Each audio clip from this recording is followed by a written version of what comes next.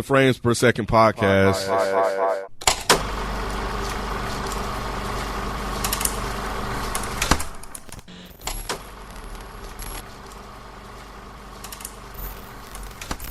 What's going on, people? Welcome to another episode of the Frames Per Second podcast. I'm your host for the evening. My name is Mike, and with me I have Ken.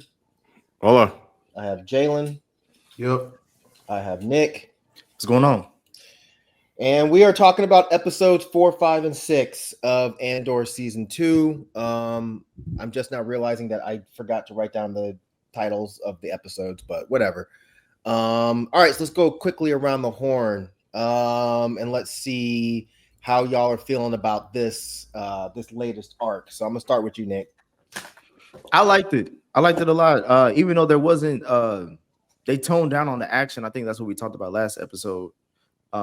But it was very intriguing as far as story. We got a lot of good story. We got the plot moving forward. So I liked it a lot. All right, you feel the same way, Ken? Yeah. I'm okay with all the dialogue and setting up this, setting up that.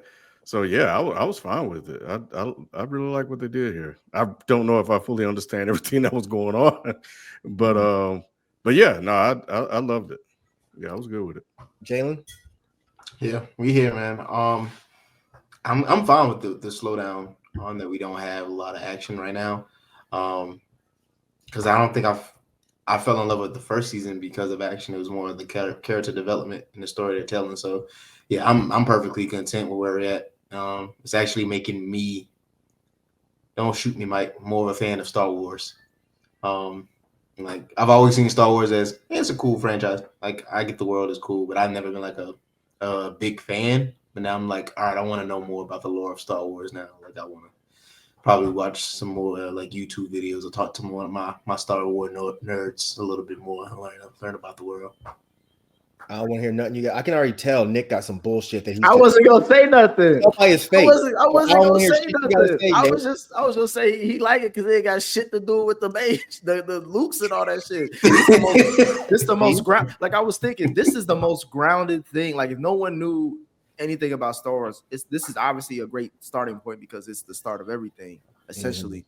But it's super grounded and it's like a political crime drama. Like I like this side of Star Wars. Like, all right, Nick, it's enough. Okay, I'm gonna stop right there. I gave a shout out to Revenge of the Sith. Your ass came out of nowhere. Yes, I did. With cheeks. I said it bookends well. It starts and begins great.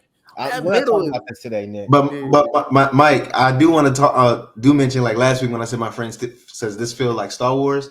I sat and thought on that for a minute, and I think it's different because he was raised with the prequels. Like my generation kind of went to see the prequels as the beginning of Star Wars for them. So like the political aspect, like the first 2 episodes that are like a little bit more slower, I think he's probably like always wanted to go into that world of Star Wars as compared to like what Nick was saying with the more straight line Skywalker arcs. Yeah, I mean, I get it. I just think that I'm just kind of stuck on the fact that this is just such a new angle for Star Wars that it just doesn't feel like Star Wars, but it still does. Like it feels like it's in the universe, but it just doesn't feel like anything we've seen before. But I'm loving this shit, man. I like how this current 3-episode arc was kind of more of a spy thriller, spy espionage type of thing. Now, I do think the first 3 episodes were a little bit stronger, but I don't think that it was like drastic to the point where I think that there was a fall off. I'm really enjoying this arc. So let's go ahead and jump into it. And like last time, I'm gonna just kind of go in order of episode, but with the storylines of the episode instead of bouncing around a bunch. So with episode 4, we're gonna start off with what's going on with Mon Mothma. And it looks like she's running around begging for votes on her Kamala train, and she's trying to repeal the PORD Act, but she's having some serious issues. Nick, do you remember what the PORD Act was, and did you find any of this interesting? I did. Yes and no. I don't remember what that act was, but I figured out that she was trying to, based off like how her conversations were going with each of the politicians she was trying to get votes for. I did kind of put piece together that, oh, she's trying to help block or like protect certain things that are happening. I'm assuming between her and I forgot the guy's name, who Andor works with a lot, the old dude. Luthen? Yeah, Luthen. I feel like this is a part of their like plan from the politics side of like how we can help with the rebellion. And but I did just like seeing how in the political world, like how much the Empire has a stronghold on all this shit. Like from all levels, and I like seeing it from all levels, like I mentioned in the last episode. So I pieced together that this was just her way of fighting back against the Empire, but trying to do it real slick. But I didn't remember what that act was. So I'll give a quick recap. Basically, it's remember when Andor got arrested on the beach for some bullshit? Oh yeah, in jail. So the PORD is the public order resentencing directive, and what it is that's the Empire trying to make it to where anyone that does anything, they can say it's an offense against the Empire, and they can arrest them, and then they can throw them in that jail where they're building pieces for the Death Star. So it just makes it to where they can keep arresting people. So her whole point was like, these places don't have a lot of crime, so why are the arrests going up like this? So that's what that was all about. So it's like Star Wars stop and frisk. Yes. Yeah, but they're not just harassing black folks. Yeah. In Star Wars, well, Andor has an accent, so and he was brown. And he brown. Yeah, he's brown, and he's brown enough. But all right. So Ken, what did you think of this arc? Well, thanks for the explanation, because that explains why she was talking about. Oh yeah, about when she was clamoring for votes, we're talking about 18%, 36% increase in crime, here and there, and I was trying to figure out what that was about, because I didn't know if that was about Gorman or not, because that was one of the last things I remember. So it is just kind of interesting when you kind of look at that from the perspective of where we are now and certain things that's actually going on in the real world. And I felt like there were a lot of elements in the last 3 episodes that felt very real. So it wasn't the most interesting part of it for me, but still, I just love to see like her kind of do her thing in her own way. Because I think in episode 6, somebody made a comment that everybody has their own rebellion. Or was it this one? It was in one of the episodes. Somebody said everybody has their own form of rebellion. So I thought that line was very interesting. How'd you feel about this part, Jalen? I didn't really know until you said what it was just now, what was going on with her this episode. But I did enjoy seeing the pieces like of her talking to different people and how they were still doing what they needed to do for their self-interest. And I could say like the hesitancy of like they know what was right, but at the same time it's like I have self-interest of like these people who are going to vote for me, and the backlash is going to come to me with self-preservation. And like Ken said, very much like today's world, like as I dive more into like the political landscape, you hear a lot about what people are saying behind the scenes, but they won't come out and say publicly. And that's kind of exactly what they were showing is like, yeah, we feel this way, but we really can't do it because we would lose people, because that's not the public sentiment that's being said. So yeah, I found that interesting to start the episode off with. Yeah, and they do bring it back, which we'll get to later, but they do bring it back around to make us kind of understand why they're even going back to the PORD. But from there, let's jump to the Saw Gerrera story. So we jump to the planet of Dakar, where we find that Willman's gotten mixed up with Saw Gerrera's rebels, and he's helping them gear up to attack a fuel station. But Saw's decided that Willman, he can't leave until he teaches one of their men how to extract the fuel. Nick, were you worried about Willman's life at all, or do you even care? I can give a fuck about Willman, but I did fuck. What's Forrest Whitaker's name again? Saw Gerrera. Man, I fuck with him heavy. I don't know why, Ken. This nigga has committed to this role like a motherfucker. I'm trying to tell y'all, man. I don't know. Out of all the roles Forrest Whitaker had, It's what is gonna stand out to me the most, because the way he was in these 3 episodes, especially in this section, these scenes, hey, I was fucking with him. I was fucking, because he's one of those. It's like an extreme Leroy, where it's like, bro, we gonna by any means necessary type shit. And I love like the stories of like I got a lot of backstory with him throughout, these parts of this. And Mike, I know you'll definitely touch on it, but like he was like, to me, he was a standout of these 3 episodes. I just want to jump in real quick and point out, I tried to tell y'all that y'all are sleeping on Forrest Whitaker. He is one of the greatest actors that people ignore for whatever reason. And y'all acted like I was out my fucking mind. But just want to say, eye shaming, Mike. That's what it is. People be eye shaming. They don't take him seriously. They can't see eye to eye with him. Damn. All right, hey, Mike, I thought he was trying to shoot William, but he missed because his eye. He said, "Oh shit, he a traitor." He just tried to pretend he did it on purpose. He was like, "Oh, he was a traitor."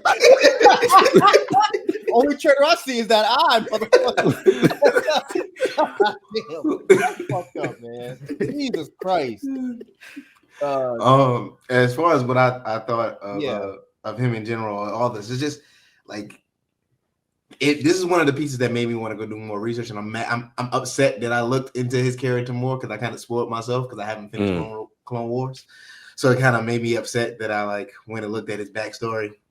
So yeah, but overall, I enjoyed this. Like soon as he was on the screen, I was just like ready to have more of Saw Gerrera. Like I didn't want to leave that like anytime he was in the scene. And when he was first talking to Wilman, I was like, bro, you about to die. Nigga, you gonna die. You ain't gonna make it. You gonna make it through this, nigga. But I wanted to stay there. It was a very good scene. I enjoyed it a lot. So did he go there voluntarily? Did Cassian send him there? Yeah, from what I can tell, it sounds like either Cassian or Luthen sent him there, but they didn't know that Saw wasn't gonna let him leave. Because remember, Luthen is cool with Saw. Yeah. I love the shit talking he does. And I did not, for whatever reason, I didn't expect to see more of him in this series. But it's good seeing him and that character, and yeah, his portrayal of him down to the voice and everything is really, really good. And poor Will, man, he was terrified as shit, bro. I think he peed himself. Yeah, at least he sharded. Because he was scared. Like he didn't even breathe. Yeah. Like until the credits came up. Yeah. So but nah, it's really good. And I love like he's like the other side of the rebellion. Like he sets a tone and he really knows like what this is going to ultimately lead to. But he's willing to die for the cause. As a matter of fact, he already knows he's going to die for the cause.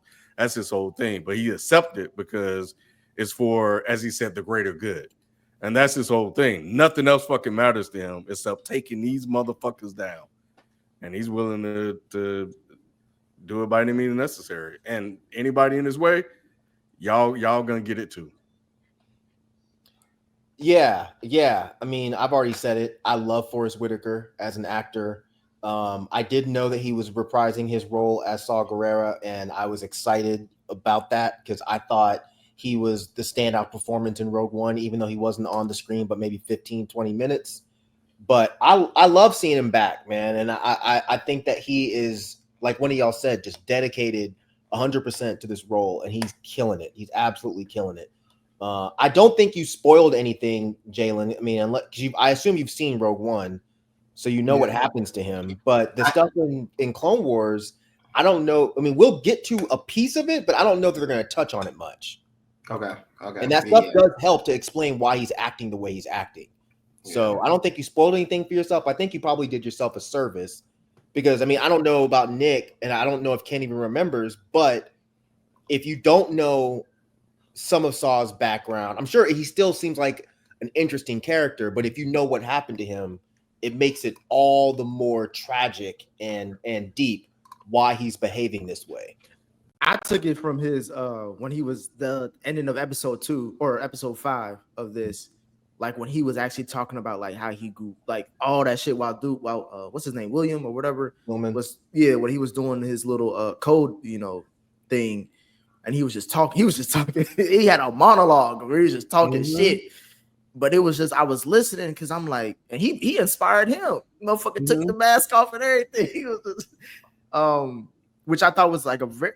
We'll get to it. I don't want to say too much, but yeah, I really learned a lot about him in that scene. Yeah. So let's jump to the main part of this this episode, and that's the Gorman story. We find that Cyril is now working on Gorman, and he's being spied on. So while he's talking to his mother and he's expressing these empathetic, I guess, notions towards Gorman, did y'all for a hot minute think he changed, Ken? I wasn't sure, honestly. I still don't know what the hell is going on with him and everything, and hopefully I have a more understanding when we finish talking. But yeah, I wasn't sure. I wasn't exactly sure what was going on. Like I saw him in the spot, and I was like, oh, he's pretty clever to kind of put that string there to just to get like evidence for himself. Just to make sure that was happening. So I think he definitely is fully aware of what's going on with him and what's going on, and people spying on him. And I like that about him. But now I wasn't sure. And I do like the idea of him kind of using his mom to a certain degree as a way to kind of create a sense of routine and pattern that for the people that are spying. And yeah, but I fucking love his mom, bro. I fucking love his mom. Second best person in the show for me right now, outside of Forrest Whitaker's character, bro. Her shit talking, I love it. Don't let up. She be cutting him down every conversation. You finally got a woman, you done fucked that up too. Look at because Mike, I don't know if you already touched on it, but like we're jumping a year ahead from the first 3 episodes. You know what I'm saying? Oh, so we are. Yeah. Because at the beginning. Yeah. So like, I missed that. So Mike I like how I was using that as context because Mike mentioned in the last episode, like we're 3 or 4 years away from I don't know if it's Rogue One or New Hope, and I feel like every iteration that we're getting is going to be a year in advance till we get to that point. And I like because like a year happened, like I was like, damn, he probably did fuck up his relationship with old girl, and maybe they, he just wanted to leave and start his own shit. And maybe he did change for a bit because that's what I was thinking. But then when I saw like they were listening to those conversations, I was like, oh, there's more to it here. But nah, come with you, Ken. I fuck with the mama heavy, bro. I hope she's here to the end. Me too. You, Jalen? Not really, because I was kind of confused and wondering like, why would he change for someone who lost so much? Well, yeah, lost a lot, gave up a lot, and was persistent, as persistent as he was in the last season, and even starting this season with the love interest that he had. Like, why would he change and not be still like looking for Andor? So when they first started showing him, I was like, all right, something's behind this. I just can't figure it out yet. So I was still kind of a little bit lost, but in turn, like this still has to deal with like his original like objective. So I was just trying to figure it out, but I didn't think he changed really. They got me for a few minutes because I think last episode, if I didn't say it, I was thinking it, that somebody's gonna turn to the. You did say that. You did say it. Yep. So I was thinking that he'd been on Gorman and he'd seen that the Empire was hyping up this whole anti-Gorman rhetoric. So I believed him when he was talking to his mom. So I actually found it very interesting when he goes back to his office and goes to a safe room and he's calling Deidre on the phone and he's like, he was bullshitting.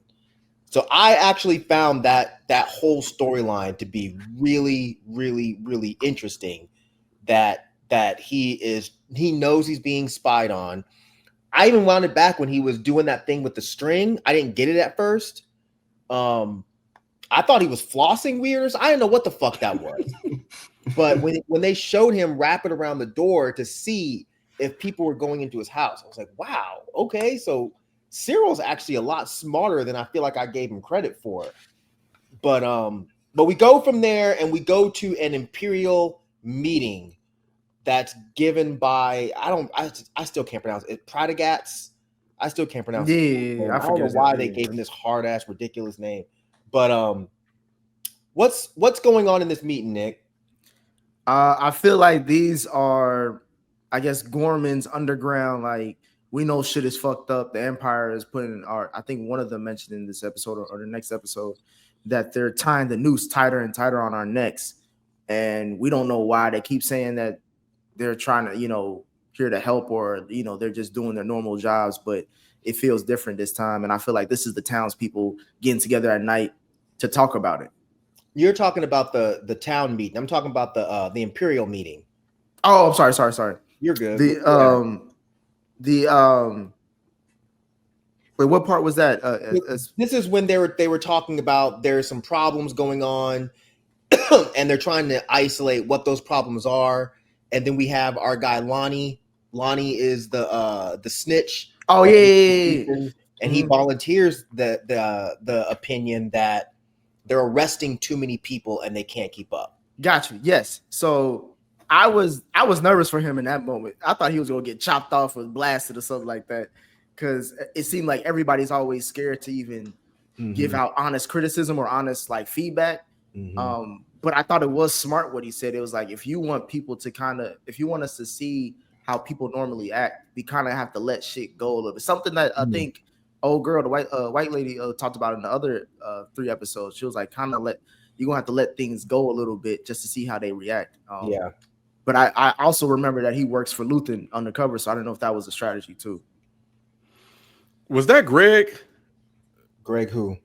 From White Lotus. Was that he was, because remember the guy after he was like, oh, thank you for that. Well, I can just say no, it definitely wasn't, but I don't know who you're even referring to, but Greg is definitely not in this show. Okay, damn, he looked like him. But who? But yeah, the guy Lonnie? Not Lonnie, but the guy Lonnie was talking to him. Like, he had a very small role because it seemed like he was afraid to speak the truth. And then Lonnie came out and was like, yeah, here's what I'm seeing. And you can just take it for what it's worth. Oh, the guy that said he was going to buy him lunch? Yeah. It's definitely still not Greg. But. Yeah. Okay. But, well, yeah, we'll get to that because I had another question then. But nah, I was like you, Nick, like wondering if they finally found out if Lonnie was a spy and how Lonnie was going to play this situation. And so far, he's maneuvering between both worlds pretty good, at least up in this episode. So, and I like the fact that, that they're giving us more insight into like where things are with the rebellion. I think he said, yeah, we're going to go holler at the emperor, after this meeting as well. So they're working closer with him on how things are proceeding. And they're really starting to destabilize Gorman to get what they want. So, yeah. And there's another guy like him because the guy that's running everything, I can't remember how his name is pronounced either. I think it's Patagat, but anyway. Yeah, and Mike talking about something why they gave him them ridiculous hard names. I feel that way about the whole damn show. We talking about one specific group. Everybody's name I can barely remember. Everybody's name I can pronounce. I can't do Pratagats. To me, you sound like you did it right. You ain't say it wrong to me. That's something. When we got back here, I was more so trying to figure out what the motives of Luthen's guy was.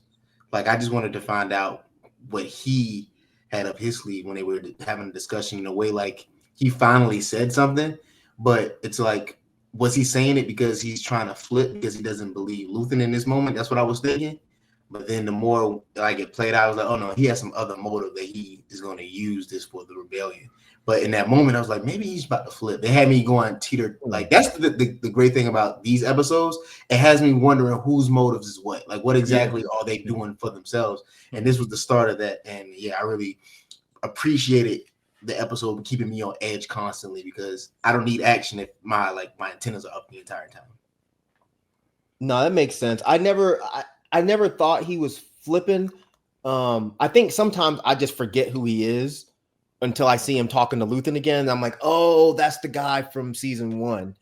But I think he's just trying to collect information and give it back to Luthen. I think that he's being blackmailed. I don't think he gives a fuck about the rebellion. No, you don't. I think that either Luthen or Kyla, I think that's her name.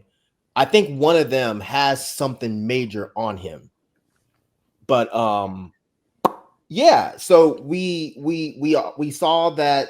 Well, actually, I guess we can go ahead and jump into this. Nick, what did you think of the conversation between Luthen and Lonnie when Lonnie went back to talk to him?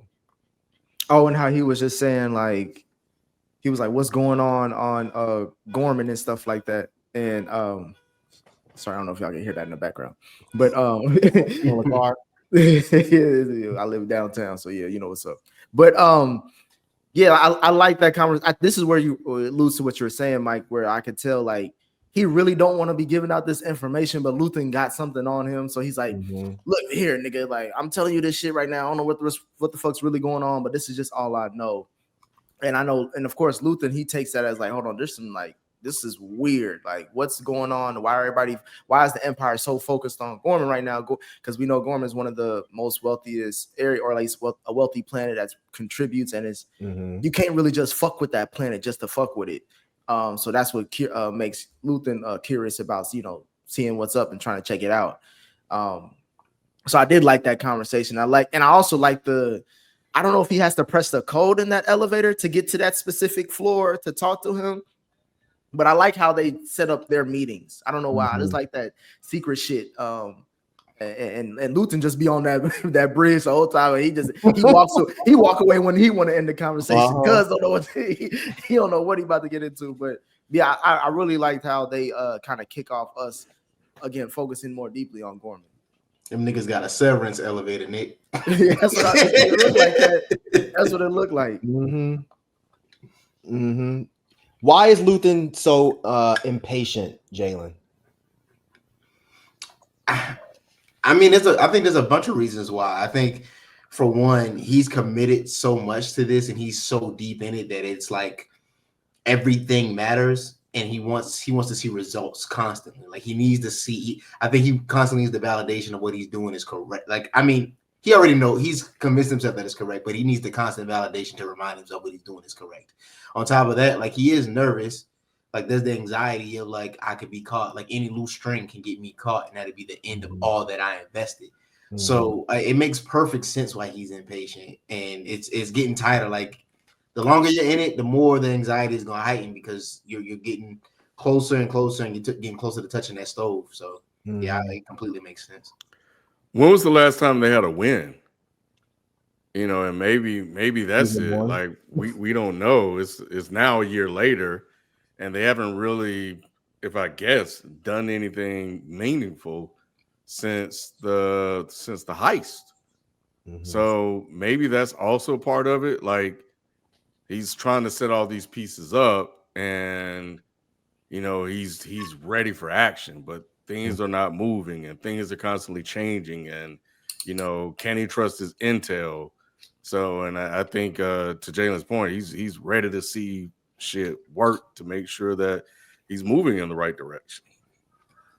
Yeah, that makes sense to me too. I think as far as wins, I think the only win that we can kind of count, which we'll get to as well, is I think that the network is expanding, which he does talk about. He's getting a lot more tips. There's a lot more people sending information. So at the very least, his web is growing. So I think he's probably happy about that. But I did find it interesting that Lonnie was like, yeah, usually you don't care about waiting 3 months for information. And he's like, yeah, those days are done. I want information now. So I think whatever this Gorman shit is, it's actually bugging him out. But But also, Mike, like you said, with his web becoming bigger, that makes him more vulnerable too, and like That less things that he can like control and understand what's going on. He needs all the information possible because there's so many variables out there now. Yep, and that's what I guess that's. I can't remember if that's the next episode or the episode after that where they talk about that. But I thought the same thing, Jalen. But yeah, to wrap up the Gorman part, this is the part you were talking about, Nick, where they have the town hall where people are kind of bugging out. But the interesting part about this is Cyril makes connection with the Gorman rebels. So what did you think of that part? I thought, I guess because I've watched so much of the Star Wars that came out before this, that I'm always thinking that the rebels were all intelligent, or the people who were part of that were, and they were more like, I guess, strategic. Yeah, These is just some goofballs. Because I'm like, I don't know. I just felt like you could have, like, I love when we get to Andy, his part, but I love how he was able to ask the right questions. And it seemed like they didn't. They was just like, oh, he be talking to his mama, and the pushback he got on his mama, maybe he'll fuck with us. You know, and I'm like, how are you taking those conversations and evaluating someone who works for the Empire? Like, it does, and trying to use that as a means to think like, oh, he may be sympathetic. Like, I feel like there needs to be more to it. And you putting secret messages in these goofy ass fluffy spiders don't mean shit either. I just thought it was just like they're too. And Andy called it out. They're just too impatient. You talked about impatience with Luthen. I guess we're seeing like impatience throughout. Like everybody, I feel like through these 3 episodes, kind of had a sense of impatience where it's like, we need to do this shit now. Fuck all that waiting shit. We've been waiting too long. His mom hated that damn spider as a gift. She was like, "Oh, look at it! It's silent.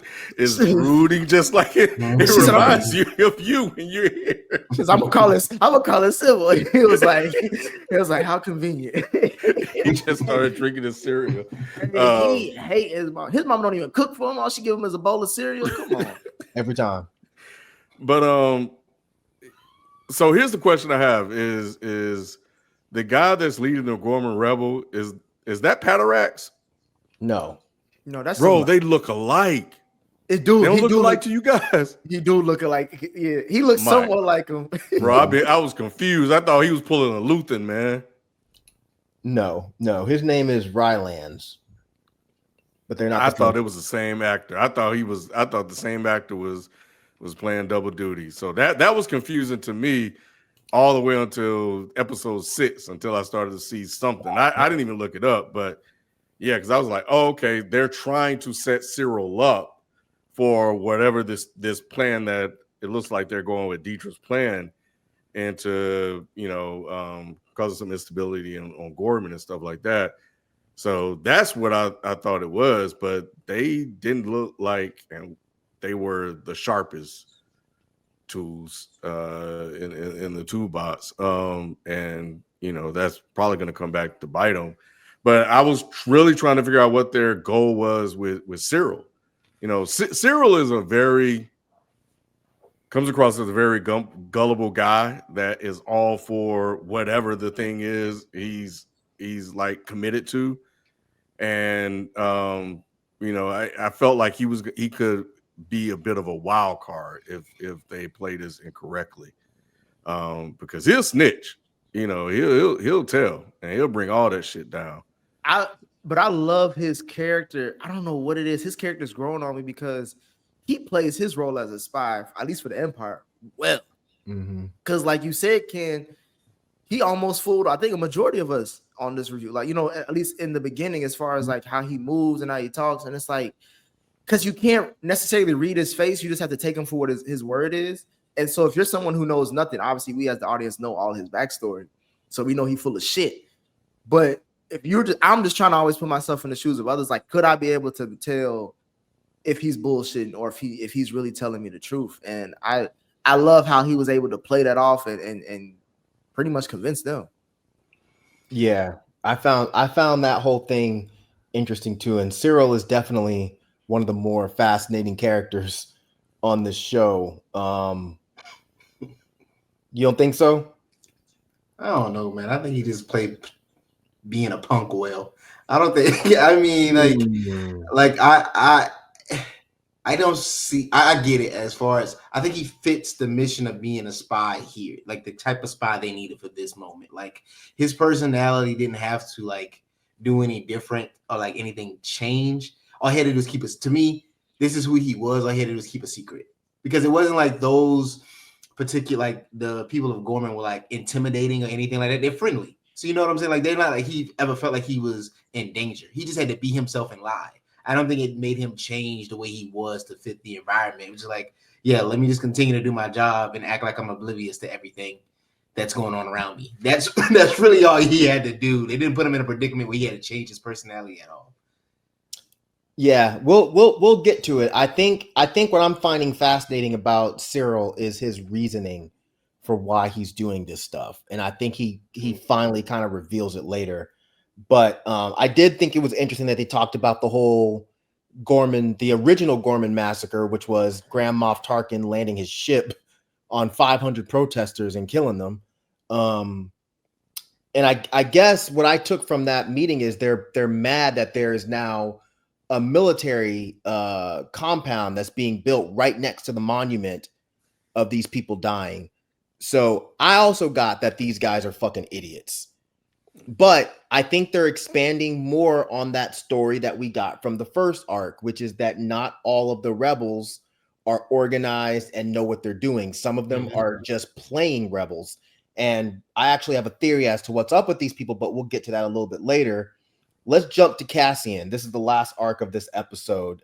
We see that Cassian and Bix are living in a safe house, and Bix is still having nightmares about this dude, partly from the trauma of her getting tortured by Gost, and then partly also apparently due to the fact that Cassian killed an Imperial soldier to protect her identity. Nick, you're already laughing. So was Bix right for being a little bit concerned about how Cassian's been acting? Hell no, she wasn't right. She fucking up. And as fine as she is, Jay, I don't know, bro. It's getting to that point where it's like, bro, and we'll touch on other stuff that she did in this three episodes. But no, she like when I saw her doing that, creep walking with the with the gun, I'm like, bro, she can shoot this nigga in his sleep, thinking that it's the white man. You know what I mean? And I'm like, and again, I understand that she went through some shit. Not trying to brush that under the rug, but it's like when you're trying to be undercover and you have someone who's literally tripping, like that's not a good recipe for success. So I love how Cassian handles, like how he not handles her, but like how he tries to work with her, work through it. You could tell he really loves her, and that has me so scared because I don't feel like she's gonna be here for too long. Like I don't feel like because I got to go out. Hey, exactly. Hey, Jay, the show called Andor, and they called Vixen. You know I mean, we know how Andor go out, and she ain't there when he ain't nowhere to be found. I'm hoping it's because she found a black man or something. I don't think that's how the story gonna go, my boy. I don't think that's how it's going. That's what I'm my fingers is crossed, Jay. But yeah, right now this is the first episode. I was like, oh, this shit ain't gonna end well. She got to get over that shit. It's a year later, bro, and she's still having goddamn dreams. She's sleepwalking and shit. Nah, man. Like, you got that nice penthouse apartment and some more shit.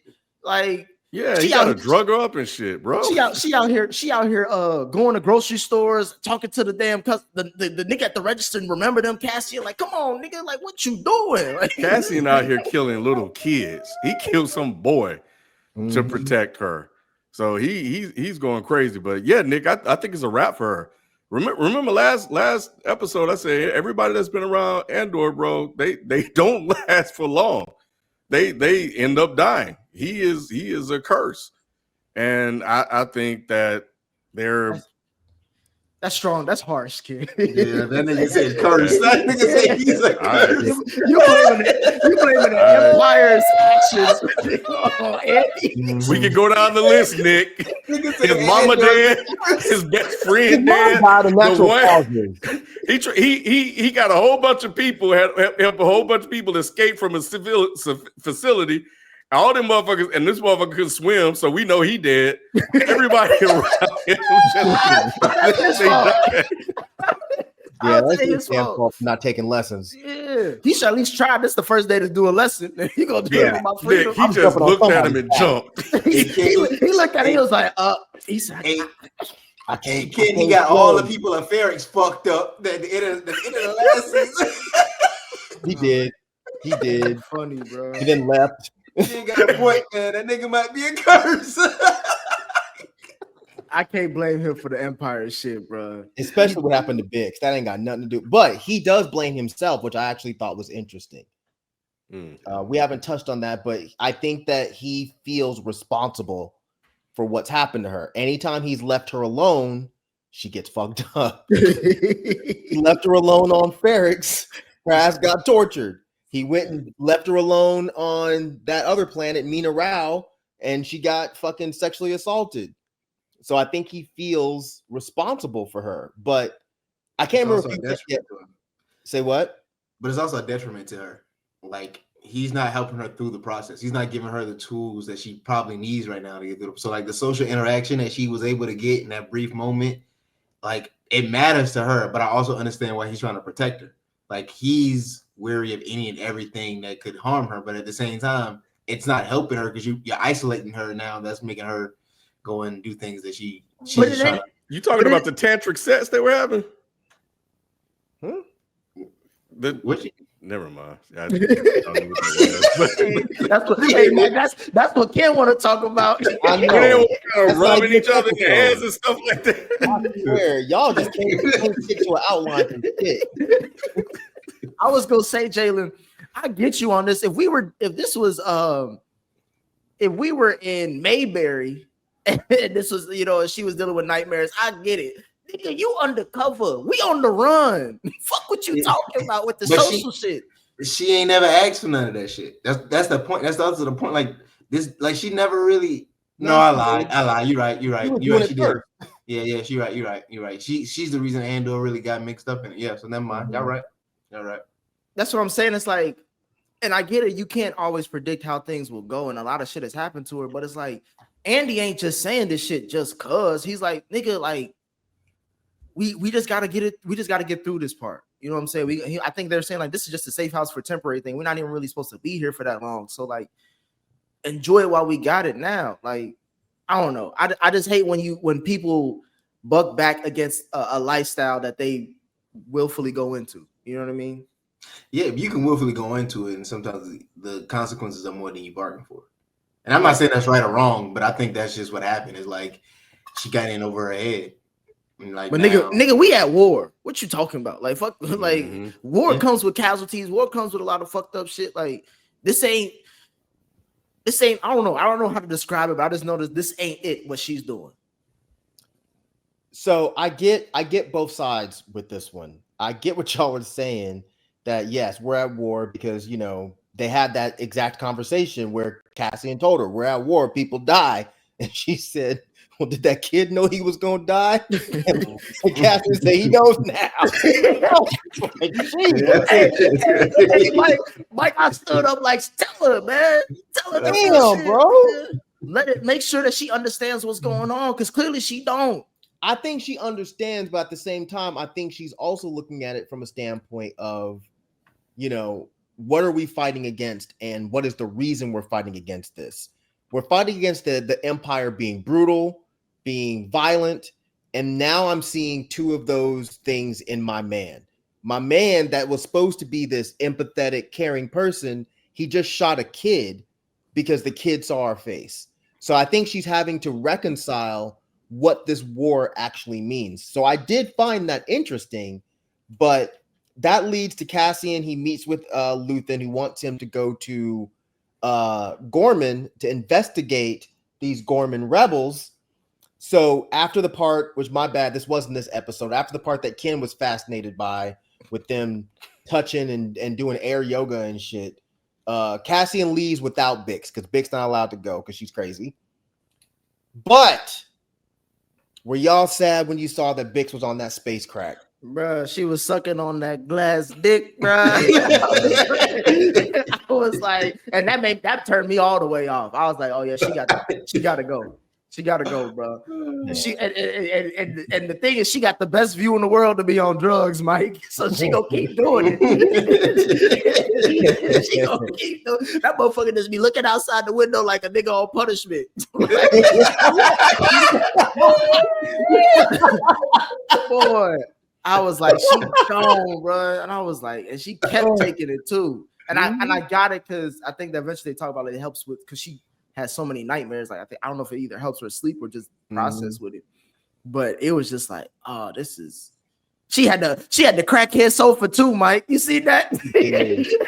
Did that dirty ass, fucking burnt up ass, filthy ass fucking sofa. She just laying on it, with a gun and some crack. I was like, oh, that's a bad combination, bro. Gun and crack. A bad bitty, a gun, and some crack ain't good. And who is she getting it from? That's what I kind of want to know. Like, you're a rebel. You're supposed to be undercover. Who are you buying crack from? The one person, if you on the run from the cops, the one person you don't tell any fucking thing to is who? A fucking crackhead. And she over here fucking doing. I was like, no. She lost so many cool points with me. Man. And she got it from that dude she was flirting with in the stove. That's why he was so happy to see it. Thought she was about to make another about the cop again. That's what she got. Yeah, I got these melons, but I also got this crack. If you want some of that, Kim, were you sad she was on crack? Or I guess, well, Jalen, you can go ahead and go. Were you sad she was on crack? I was sad, but it made sense. It made perfect sense. She was self-medicating. Like at some point, you isolated, you stuck in one spot, and you got nothing else to do. Like, I mean, it's like, man, I might as well. I got all this trauma on me, bro. I might as well just go ahead and enjoy myself while I'm sitting here, dog. Hey, Jayla going off of the idle mind is a devil's playground. She does not need to be doing crack. Ken, is she a liability? Yes, absolutely. But she need to be on something. And I guess that's all she can get. But yeah, she's a liability. She's going to be a problem unless she can get that stuff under control. Damn, they ain't got no Star Wars weed or something that's manageable. Like they have spice in this universe. They have death sticks, but I don't know what she's taking. I don't know if that's the same shit that Saw Gerrera's on, or if this is something else. Because at no point do they actually say what it is. But it clearly gets her fucked up because she looks fucked up later on. Yeah, it's really good. It's really good shit. Yeah, she was in another world. Mm-hmm. Spaced out. It might not be crack. It might be acid. You know what I'm saying? It might be something that make her feel real good. She ain't gonna be addicted to it, but it's gonna make her feel real good. That's the last person needs to be doing drugs like that. Somebody undercover. Exactly. But that takes us into episode 5.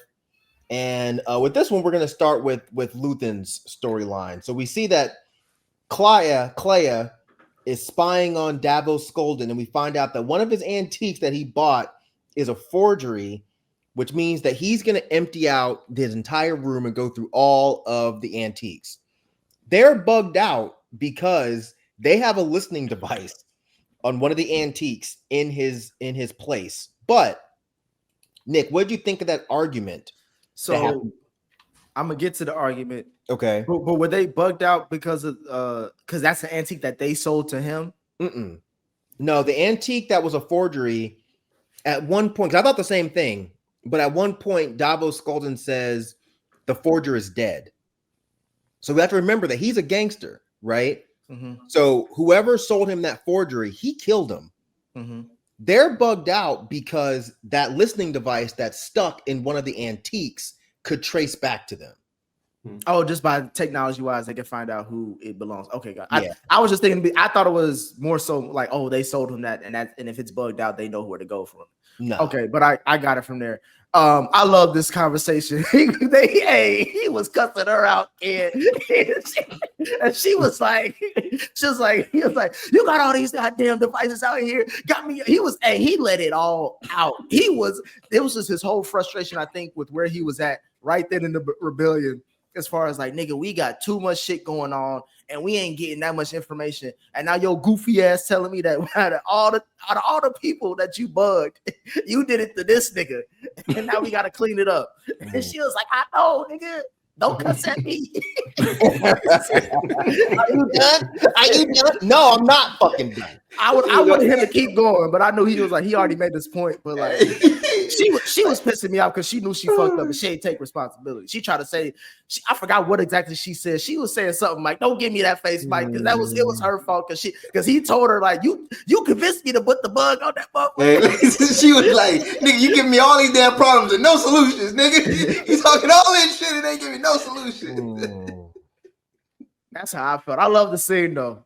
This is the Star Wars I like seeing. These domestic conversations. Ken, are you on Claia's side or Luthen's side in this argument?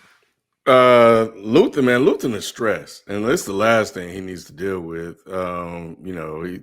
What he say, all the things that they've laid out, the radio, the frequencies, all this shit going on, and then now you got to deal with this shit because the one person that he's been working closely with, that we've seen just fucked up royally, and they got to figure out a way to clean it up or everything is done. And that's a very stressful situation for him to be in. So yeah, Claire fucked up. Now she did a good job. She did a good job of getting out of that situation, but she almost fucked that shit up too.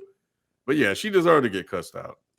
No, she didn't. I'm laughing because it is funny, but she didn't deserve it, man. She's doing what he asked her to do. Like, he's been asking her to do all this, constantly compromising her.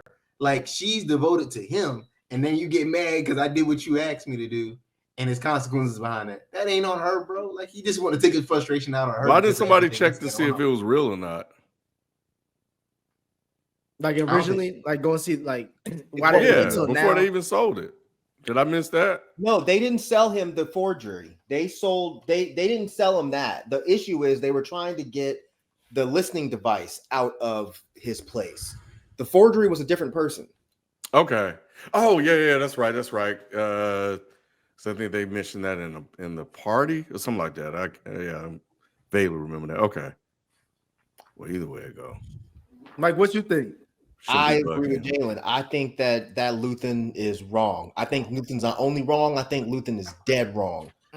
I think the issue is Luthen is bugging out. So what I found to be interesting is that Luthen is having the same basic issue that the Empire is having. They're both getting too much of what they asked for.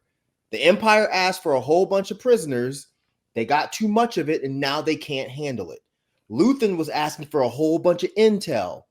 He's got too much of it, and now he can't handle it.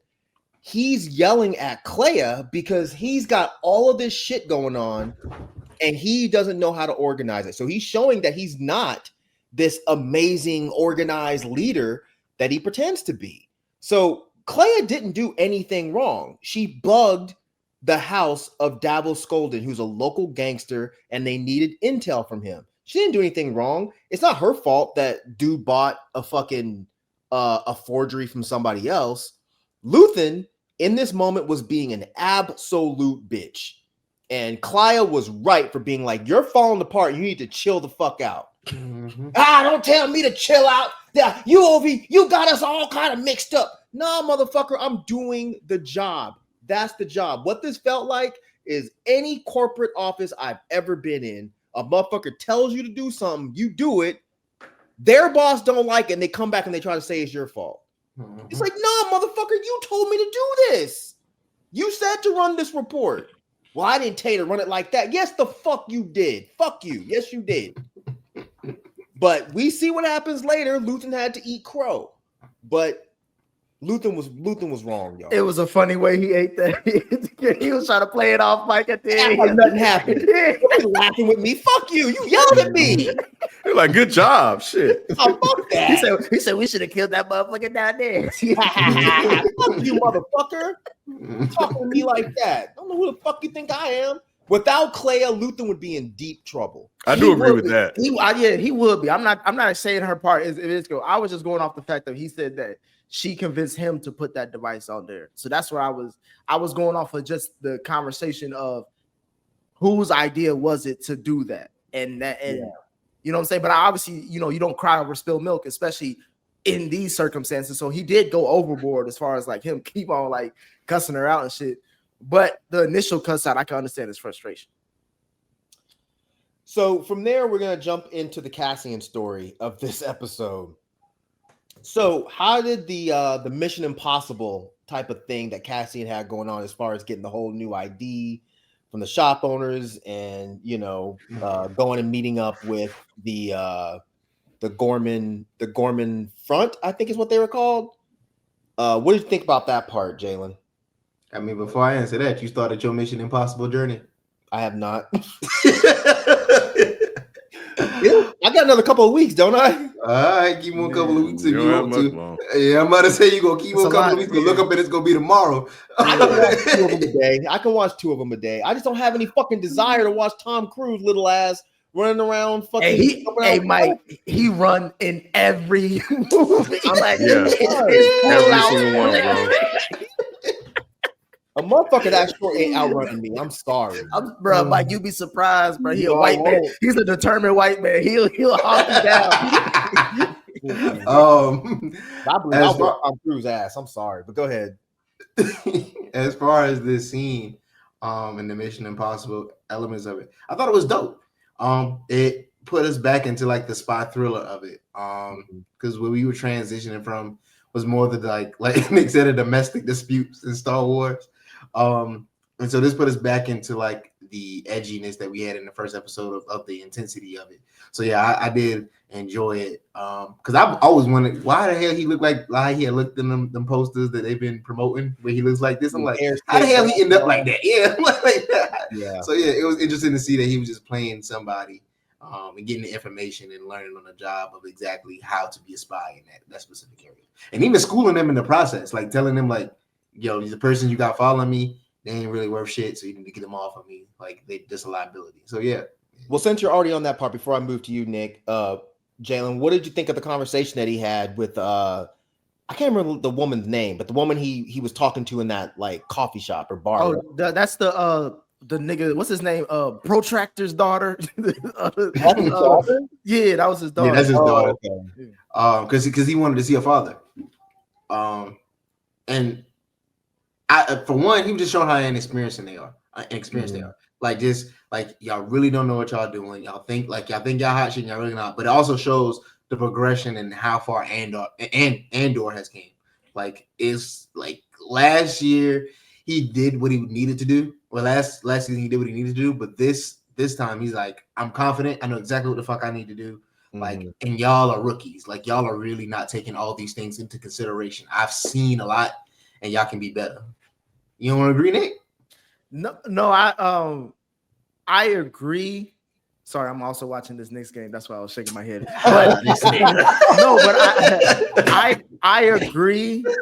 But I also just Mike probably has a question about it. But I was half and half with how Andy was acting on this in this particular in these scenes, but I did love how he felt like a bad bitch for this whole trip. This was his favorite mission. Mike, you see how he was in that suit, boy? He couldn't wait to come back to Nick, say, look, you should have seen me. I was perfect. he was enjoying that, bro. He come from the mud, so like he was with the milk and honey and all that shit. But again, this is the part, Mike, where I was talking about when he asked all the right questions. He was like, first of all, get the motherfuckers off of me, my back, because they just bringing more attention to me. They ain't doing shit for you.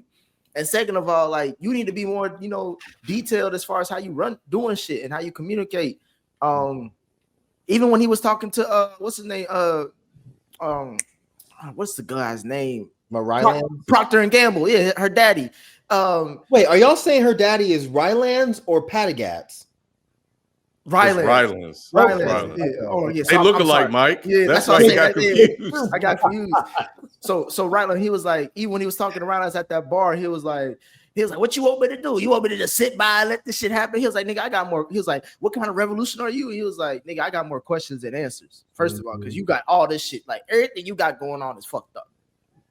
But at the same time, and again, I know we'll get to it. Luthen did ask a good question to Andy that I was like, okay, you may need to look at things a little bit more differently and stop being so judgmental. What say you, Ken? What did you think about the espionage, Mission Impossible type shit, and the conversation that that Andor has with that woman in the coffee shop? I can't remember that one all too Damn. well, but the one I did like hearing him discuss was when he was talking to the bellhop and the way he We'll get to that part next. Oh, so pause okay. on that part because I All want to talk about that too. But you don't remember him talking to the woman in the bar? I remember seeing it, but I don't remember the. All right. You don't remember. So before you start talking about the bellhop, I'll go to you first on that part. I really wish you had remembered more about this because I thought this scene was dope. Because just like they were saying, I love the fact that Andor is so just like he's deep into this and he knows the ins and outs of how this shit works. Don't have these people follow me around. You know we're on the same side. Why do you have these motherfuckers following me? So now you're causing more attention. And he's like, you don't know me. I could be a snitch. I could be ISB, and you over here meeting me in this place. And he's like, you just put every single person you know at risk because you want to be. I know every fucking thing. You know, but one scene that I thought was really dope was when he was chewing her ass out. There's a scene where it's just showing her face, but if you look to the right, it's his reflection talking to her. So it's like this whole like dual double agent type shit. I thought that was so fucking so well done. And Mike, to your point, like I like how they did that in not multiple scenes as far as like seeing the reflection, but like how they'll talk in some bullshit, you know, just say bullshit just to kind of get into character, but then they'll also have a real conversation about like what they really want to talk about. Yeah, I love how they kept doing that. So it almost threw me off for a second because I'm like, what are y'all like, you confusing me a little bit, but I could tell it was like if you have to reiterate what we were talking about, here's the details of that as I'm saying the real shit. So I thought that was dope. I thought that was super dope too. But all right, Ken, what did you think of the conversation between Luthen and not Luthen, but Andor and the bellboy? I thought it was cool because you know, I think they mentioned it in the last one, but the way he was able to talk him into kind of giving like on the ground insight into how people are feeling about what happened, and even I think that even came back later on, right, when he was meeting with the other people later on, but yeah, I thought that was, and just seeing how he was able to kind of sweet talk, for lack of a better word, him into getting that information. He was like, oh, well, you know, I know, but you have an opinion, right? And him revealing it, and also how the control that they have, because they were like, yeah, they told us we're not supposed to talk to guests about it, and them just kind of keeping control over like what people are saying and trying to not propaganda, but just I guess controlling the narrative is the only thing I can say. So I thought that was really interesting. Do you think that was interesting too, Jalen? Damn. All right.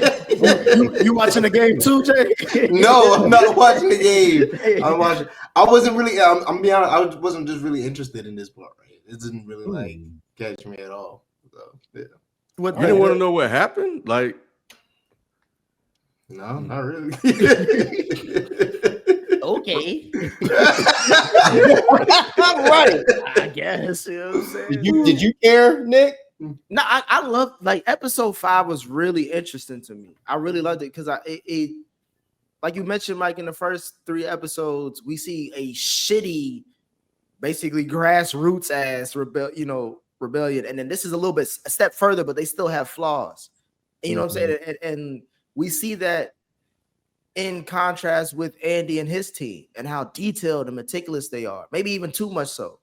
You know what I'm saying? So like, I love seeing these scenes of like how they're really trying to help and coach, but as I was mentioning, Andy was just getting so frustrated and pissed off. He's like, look, I got a bad biddy at home. Why the fuck you got me out here dealing with these Neanderthal ass motherfuckers? Like, you know what I'm saying? Like, he said, I like how he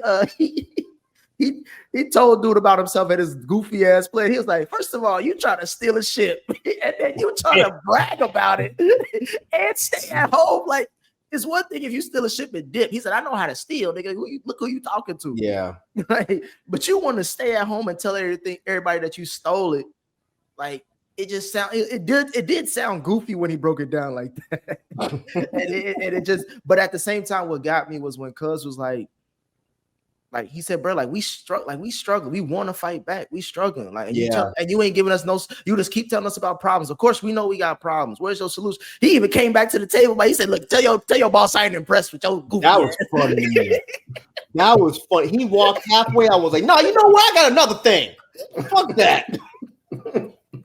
But then we already knew they were getting set up though.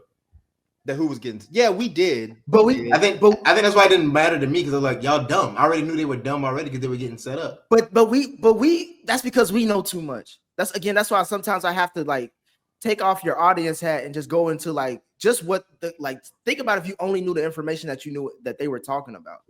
Yeah. So obviously you still kind of think about Andor is just so right on all the things he's calling out, but at the same time when you look at him, it's like, look, this is the best that we got going. We've been doing our secret meetings. We haven't got caught so far. We got a plan. We think we got an inside man.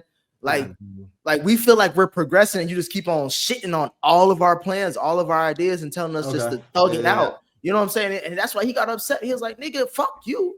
I get your point. I guess I was kind of like y'all already established it when Andor came and told them they were rookies at the following part. So when it came back to this, I was like, all right, we just at the same point. And so, but I see your point, Nick. I see your point. You also have to think about who these people are, right? These are rich, privileged people that are now being inconvenienced. And even if we're talking about just the regular real world, the last thing that rich, privileged people want is some scraggly, scruffy motherfucker telling them what to do. So I think what it is it's this guy who thinks he fucking knows everything. And he has the leader of the current rebellion's minion coming and telling him, hey, y'all don't know what the fuck y'all are doing.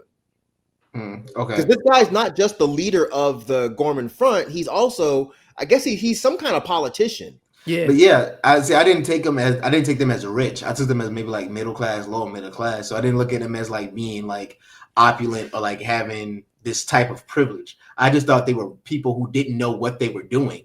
And it's it makes sense for the common folk to just argue like this. But I can see if you're adding that layer of him having this access to, and then this person comes along who's really on a lower social totem pole, I can see why I wish they got even more. I just thought they were common folk trying to figure it out. I'm all right, cool. This is expected. So they haven't said this specifically, but I took it as they were a bit more rich and privileged because of the way they're constantly talking about these goods and the fact that this planet is known for being fashion designers, which is why Andor goes there disguised as a fashion designer. In every place you go, fashion designers are always the ones with all the fucking money. So I took it as these guys were they're rich, they're privileged, and they're not used to being told no. So they did not like that shit with this motherfucker showing up being nah, you don't know what the fuck you're doing. You're making a mess. The reason I like the bellboy conversation was because we're getting more of, a grounded idea of what these people are going through. This massacre of 500 people, and this bellboy is yeah, I was there. My dad died trying to save me from it. And I love the part where he's talking about how his wife is why are we still living here? You're right by this monument and you work right by the monument. Why are we here?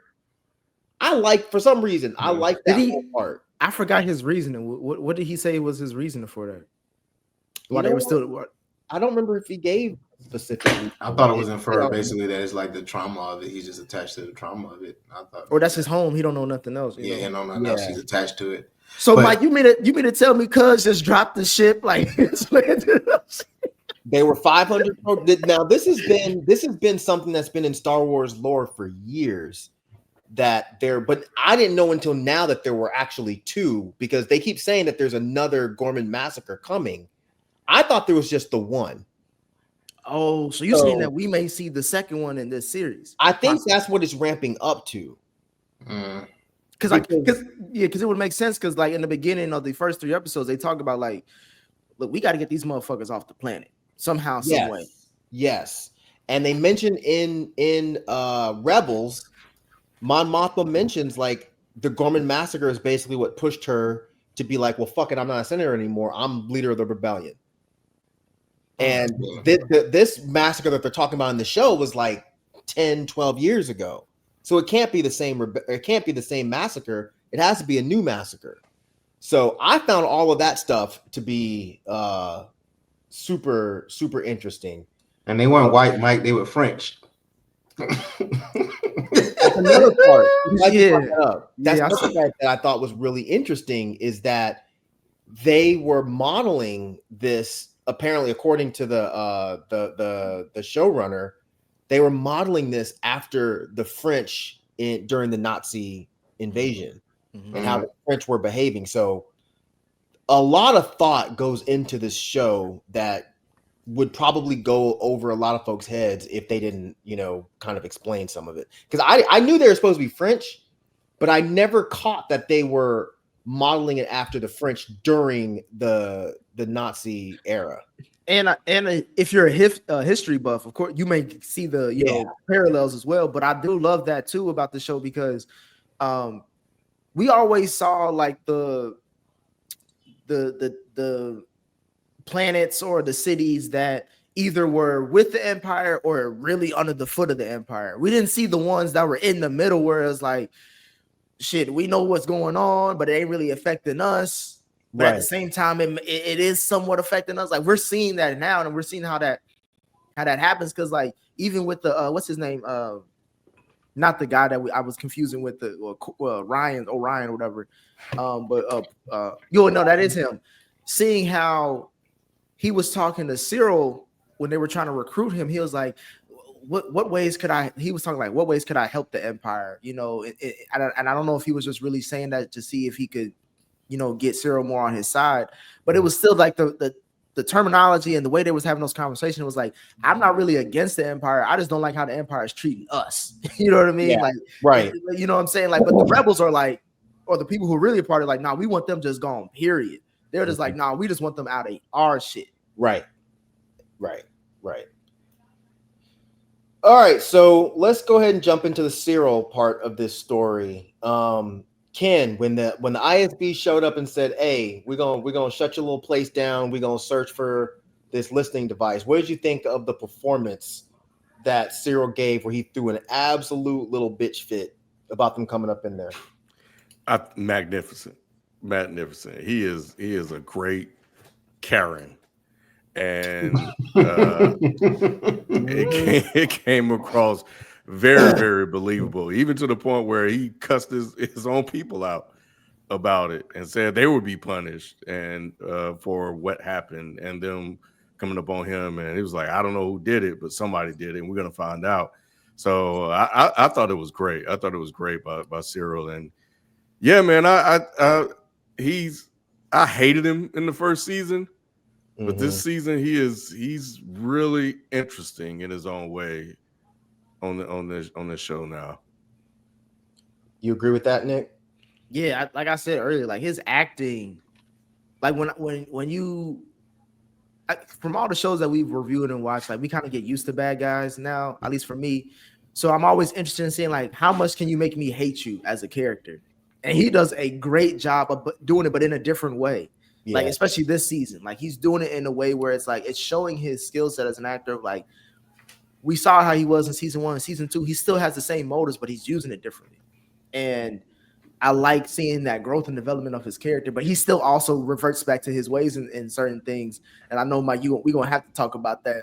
We'll get to that. Hey, we can't skip back here.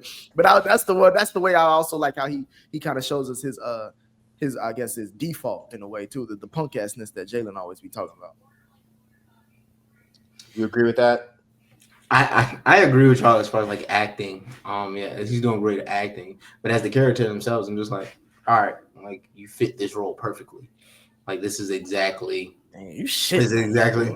I'm just saying, man, bro. I mean, I for me, For me, he always gonna be a punk. Like it's just what it is. I look at him as like I'm gonna say always. It's just I have yet to really see him step out of his element just yet, and like in like a leadership role. I think in what he was doing was more just still pushing what was needed to be done. But I don't think I don't know if he is proving that leadership function just yet to me.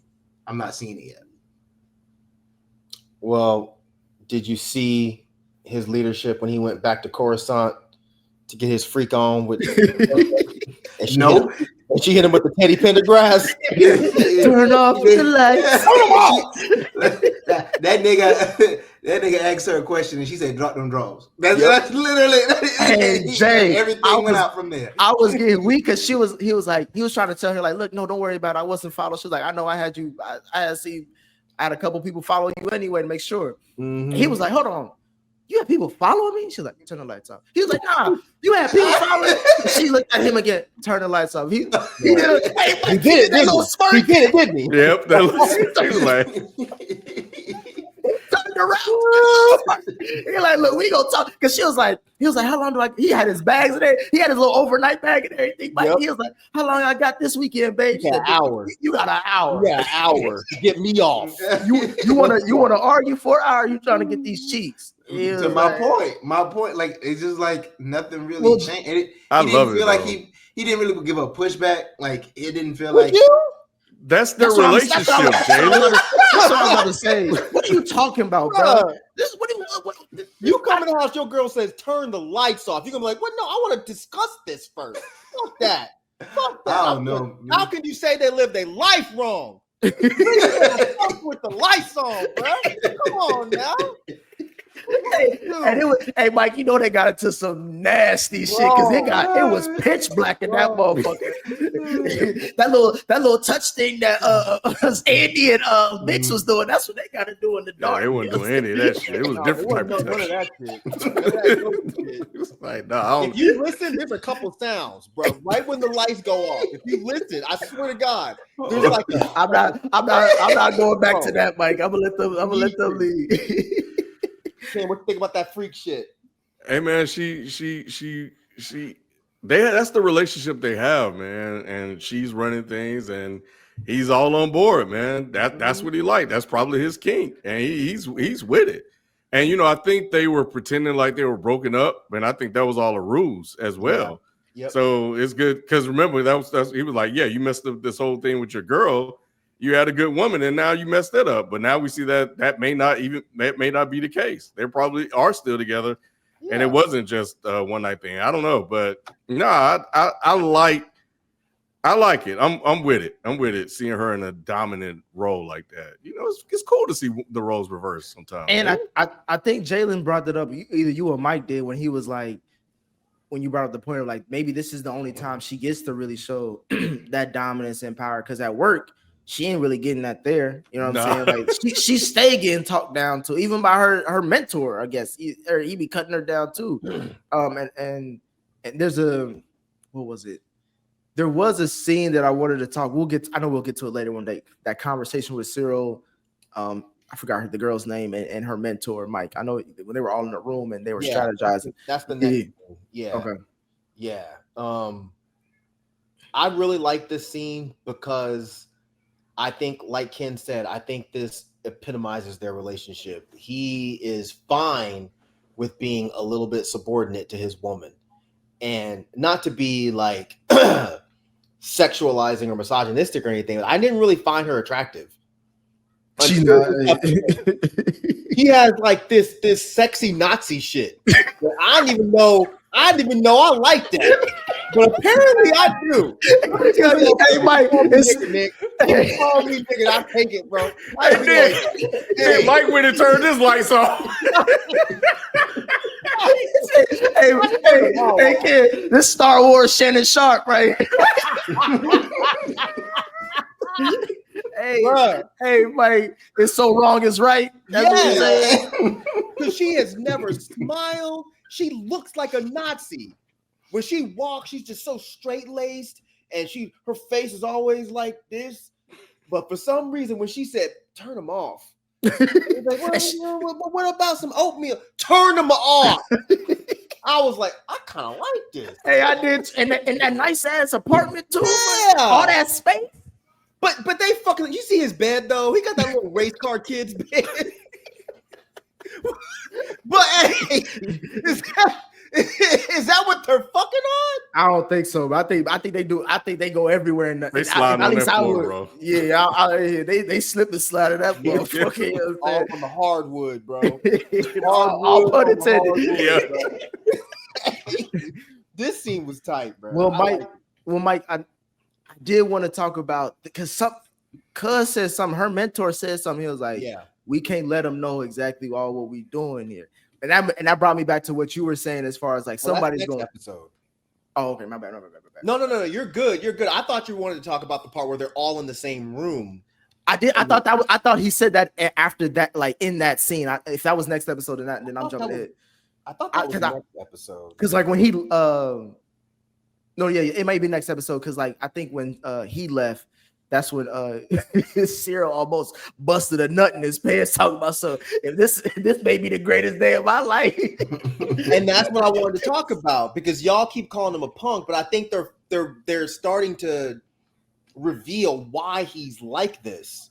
Cyril wants validation and approval so badly.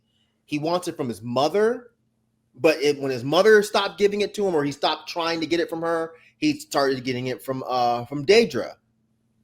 And now he really wants it from Patagans. He wants approval so badly. You don't think so? How does that prove he's not a punk? Well, it doesn't. It doesn't. I'm saying it reiterates your he's still a little bit. but they're explaining why he's a punk, and I find that to be interesting. Like, it's not just like he's just some hoe ass motherfucker that just woke up to be a hoe. It's like I think there's something that has been in him since he was a kid. Yeah, that and especially when it comes to like, I mean, I'm totally reaching because they haven't said this. But they've never brought up his father, from what I could tell. I was just about to bring that up, Mike. Like he only his uncle. Issues. Yeah. Only his uncle. Only his uncle. Yeah. So I feel like when he was in that room, because remember in the first episode, he asks Daedra if we can go ahead and tell Patagans. She's like, no, we don't have enough information yet. And when they finally get to explain it to him, when Patagans left and he was like, oh, this might be the best day of my life. And if I say that, is that going to spoil everything? And then she says, like, well, it's good to see you happy. And at first I was like, that's a weird ass scene. What the fuck does that even mean? But then when you think about it, it makes sense for why he acts like this. Yeah, especially when you see his every conversation with his mama, she chopping him down. She don't inspire him. She don't breathe life into him at all. Right. Yeah. She's not nurturing at all. But is Daedra nurturing? Better than her. Yeah. She at least stood up for his ass. I haven't seen it in the way that I've come to understand what nurturing is from a motherly figure. So I haven't seen that from her yet. So I don't know. I think that's TBD. But even at the workplace, like she is the same rigid person over and over and over again. And so, and I keep looking for that too. Like I'm trying to see, like, is there or will there ever be like a more sensitive, softer side to her? But I don't know if that person exists, and she may not have developed that, or maybe this is like a character she has in order to advance in the space that she's in. So I don't know. Yeah, I mean, I don't know if she's nurturing either. I think as far as her being motherly, I mean, I could see some like Homelander type shit going on in there where she makes him dress up like a little baby and suck on her titties or something weird. I can see that. But she has not shown herself to be nurturing, but to him, she's probably nurturing because at least, like Nick said, she encourages him, and she even said, I'm it's good to see you happy. His mom wouldn't have said that at all. So we move into the last arc of this episode, and that's with Saw and Willman. So let's go ahead and talk about the whole thing with Willman and with Wilman Pluty, I think it was his name, right? Pluty, yeah. Wilman, the redhead white the guy. guy who was trying to train. Yeah. So Nick, we see that Wilman's trying to train him on how to extract the fuel, and then Pluty is asking Saw about where they're going to be hitting that base. And were you surprised when Saw deemed that Pluty was a traitor and shot him in the head? Saw gave all my respect in that scene because at first I was like, damn, he's just ruthless. He's just gonna kill. You know, even though I didn't really give a fuck about Will, like at least we saw that we seen enough of his character to where it's like, you ain't really like, you don't have to kill him if you don't have to kill him type stuff. You know what I'm saying? Just let him. We know he's a good guy. We know he ain't gonna snitch more than likely. I don't think he was a snitch or didn't give off those vibes he would. So it's like, let him go. You know, he's trying to get back to that white girl. But I think she's gone, bro. You think she gone? I think she's gone. I hope not. But I was just thinking like Saul was just like, damn, like you just so ruthless. But his reasoning made sense because in all these episodes we're talking that, you know, they already did in the first 2 episodes. They're not afraid to kill somebody if you getting, you know, if you too close to the rebellion and we don't trust you, or if you know, you're just a weak link. Mm-hmm. So in that scene, I just thought that I was like, why the fuck did he do that? Or I thought Saul mostly killed the guy because he was like, he's too nervous. He don't even know what he's doing. We already got the master coder here. So why are we even trying to train this motherfucker if he can't even get it? But then when he said what he said, I was like, oh, this motherfucker's an OG. I damn near say I'll follow Saul through a brick wall, but he may shoot me before I get there. No, this crazy ass. Shit, or you were a damn die from trying to do the shit he did. You know, when Wilmont, this happened in this one, we talking about this whole thing when he started inhaling all that shit. No, I was about to say, that nigga is funny. Right. But just between the part with Wilman, Pluty, and Saw, like, did you see that coming? No, not at all. But I like the ruthlessness of it. You know, he's all on board, man, and he is quick to remind us watching and everybody in the room with him that that's what he's about. He's about business, and I respect it. So here's oh, sorry, Jalen. I my bad. Go ahead. No, you good. I saw that he was a traitor, like, because I could see it in the way Saul was reacting to him when he was asking the questions. Like, he gave subtleties of like, nigga, why you asking these questions? Like, what's going on? But I didn't know he was going to kill him. I thought he was asking and maybe waiting to see if he used that information later on down the road to prove that he was a traitor. But for him to have a gut feeling already, just putting 2 and 2 together and to kill him, like he got my respect. Then it's like, yo, you knew, like, for you to ask that one, give that one bit of information, and it was set in stone that you acting up, and not needing like extra proof. Like, nah, this is enough. You dead. Like, that's some. He's just like Luther. Like, no, I know. And any loose string gotta go. You gone. And I think that's why he didn't go like that shit when he found out Luther would have killed him, because he's like, I kind of would have did the same thing. If need be. Like, I don't like it, but I would have did the same thing. Yep. We never talked about that, but yes, I agree. That was actually very funny to me. He was like, wait, I should be mad, but I'm really not, because I'd have killed your ass too. That was actually a smart move that you did. But here's the thing with Pluty. I still don't know. If he was definitely a traitor. I think he was, probably, because when he was talking to Wilman earlier, he was saying shit like, who taught you how to do this? You seem to know so much. That's a good point. You know what I'm saying? And then when he's going and he's asking Saw which base they're gonna do, because I don't want to learn all of these different variations. I just want to know the one. So can you just tell me which place it is? But it could also be that he just wanted to know because he really didn't want to have to learn all these variations. So I think that's what's so dope about this. And with Saw's character, we know he's crazy. So was he actually a traitor? No fucking clue. So you think they planted the transmitter on him?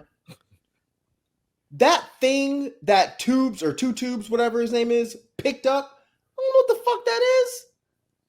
But I think that everybody there, nobody's gonna question Saw because they know Saw is crazy. Yeah. Saw even says he crazy. He said it. Yeah, he said it flat out. I know I'm nuts, but it's also a cult at the end of the day. Like, Saw is a dope ass Donald Trump. He says, yo, this guy's a traitor. His people is gonna be like, oh, okay, cool. Yeah, he's a traitor. Mm-hmm. When Trump said, hey, go hang Mike Pence because Mike Pence is a traitor, his fucking followers weren't like, nah, not Mike Pence. They were like, oh, okay, cool. Yeah, makes sense. So yeah, I found this whole scene to be very interesting. But Ken, let's go ahead and get to the shits. This is the last thing of this episode. This is where Saw and Willman are having a discussion outside while Willman is stealing the fuel. What did you think about this scene? I love the monologue, like the way he was talking and how just through the talk and through his actions earlier, I'm sure he convinced Wilmon to go through with it. Like he was showing that he was all in and he was willing to die for it. And the way he was talking and delivering all the lines was really dope as shit. And I didn't see Wilmon being foolish enough to go through that himself, because he described how it was. I think he was like, you feel your skin peeling off and moving, all kind of other stuff. It didn't sound like something that was very pleasing, but it was motivating. And kind of to add on, I didn't even think about it in the way you just described it. Yeah, that was cult-like behavior displayed by Wilmot. He didn't go there for that. He just went there to do that one job. And now he's sitting there high off gasoline. Like he was leaning, bro. Like he was about to turn into a zombie. That must have been some good shit. It must have. Don't let Bits find out. Boy, I know. But I love this part because, as I mentioned earlier, this is where, like, when Saul was talking about like how he grew up and like the shit that he had to go through to survive, and how all of his peers, who he said, like, he referred to them as men at first. He was like, honestly, we were actually boys, and we went through all that shit. And this is like the thing that we had to kind of deal with, and like how he was talking about how that one night where everybody woke up and they were just, reacting to the gas or like that, those chemicals and all that stuff. I just thought that it was. And then Ken, like you mentioned, he reiterated, like, I know what I'm sacrificing. I'm gonna die before I see the glory of the rebellion finally winning and the empire going down. But that's what's also fueling me to live, to keep fighting. And it was so inspiring. That's why Cuz took his mask off. He was like, I gotta see what he talking. Because at first he was like, how the hell is you doing this? He was like, how you be inhaling this shit and not feeling bad? He was like, nigga, he said, I was born in it. You know what I'm saying? So I thought this was Forrest Whitaker's one of, if he gets an Emmy nomination for his acting in this shit, I would not be surprised, because like this was actually a really, really great scene. You agree with that, Jalen? I agree. I mean, sound like we find. I mean, we find out how his demise happens, and like he does that look that. We know, bro. I'm just saying, get lost in the show, shit. Always talking about somebody dying, nigga. We get it, nigga. We all watch Rogue One. But yeah, everything he was saying as far as like that spark that he has from this, and like this doesn't matter, like this right here like fuels it, like all the things that fuel it, even though he knows what's coming down the road. Like, yeah, it was more like it would have had me take. No, I lied. I would have kept my damn mask on. I would have been like, yeah, I'm with you, bro, but I'm keeping my shit on until we get back on the ship and we can decide from there. So it was very inspiring, and it made me root for them more, because even the way he was inhaling it, when a woman was inhaling it, and how he was just fighting, like giving that fight, but he's searching for just as much, like he's trying to find what's next for him. He just lost like his pops, he lost one of his closest friends, so like he's going through a lot and trying to find like what's next for him. Like we didn't see like exactly what happened when him, Andor, and Bix were all on that ship. We just jumped to him doing this part, so there's no telling how he's processing that. So yeah, this was a great scene. He said, "Let it in, boy." Will hit that motherfucker. That was his first blunt. Boy, he ain't know what to do. Hit it hard too. Good boy. But this is partly why I was saying when you went back and learned about his backstory, it wasn't much of a spoiler. I think that knowing what Saw went through makes this scene amazing, because if you watch Clone Wars, you know that Saw Gerrera had a sister, and his sister was going to be the next up to be the leader of the rebellion, but she was killed. So when he's sniffing that stuff and he says basically that it reminds him of his sister, he says, "It's my sister, Rido," which that wasn't her name. He's talking about the Redonian. But that's why he sniffs that shit, because it takes him back and lets him remember his sister. So I think what it is, the reason that Willman takes his mask off and sniffs that shit is for what you said, Jalen. He's lost everything. Just like Saw. He lost his dad. He lost his friend. And I'm assuming he's not been back to see that girl, because they can't go back to that planet. Yeah. So he's lost everything. So hearing Saw talking about this and this is my sister. It's my sister. I think that's why he was like, all right, well, why not? We're in the moment. And he said, you're here. You're with me. You're not with Luthen. You're here and you're ready to fight. Mm-hmm. I thought this whole scene was just fucking amazing. It was so, and he says, I know you think I'm crazy, but revolutions aren't for the same. Mm-hmm. Great line. Everything he said, bro. It was just like, God, he's so fucking good, man. But I think this was a perfect way to end this episode, because for the longest time when we see Saw in Rogue One, we hadn't seen him since Rebels. But in Rogue One, he's a mess and he needs a breathing thing. Now we know why. He's been fucking pumping this shit. Motherfucker can't breathe on his own. He's probably destroyed his lungs. Mm-hmm. So I thought this was just, and this is one of my favorite scenes of the show so far, is just that monologue with Forrest Whitaker. He is absolutely incredible. But we're gonna try to power through this last episode. This is episode 6. Nick. Was Cassian right to be mad as shit that Luthen came by and saw his girl while he was out of town? Yeah.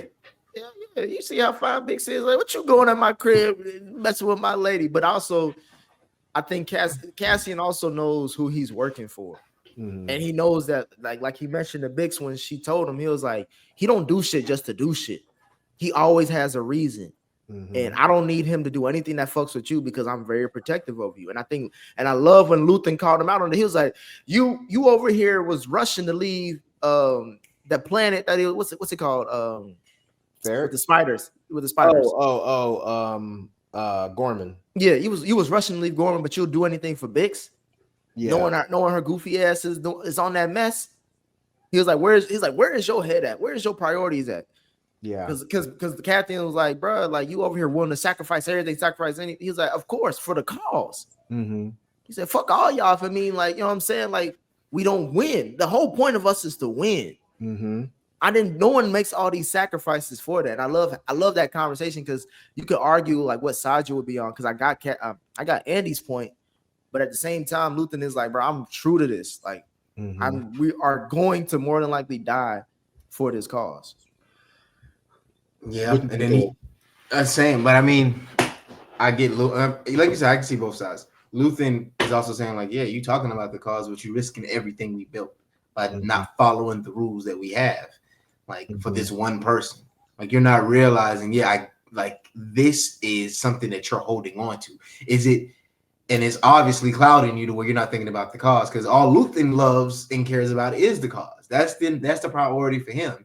But Cassie on this other side is like, no, she matters the most to me, and I don't like you playing these games with her. Like, don't do this. Like, if you're gonna do it with me, not with her. So that just showed like the motivations of them colliding at that moment, and it was great to see, because what happens when one of them loses, like, well, more than like, I mean, we know what everything, but as far as like, it shows like how these are the things that's keeping them grounded, and when they lose that, how like what happens to them next after that. So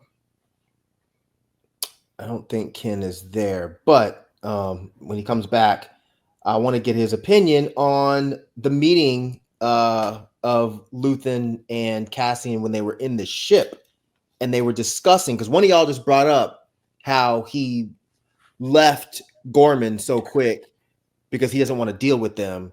But what did y'all think of that conversation that Luthen had with him about why the whole Gorman thing is important, Nick?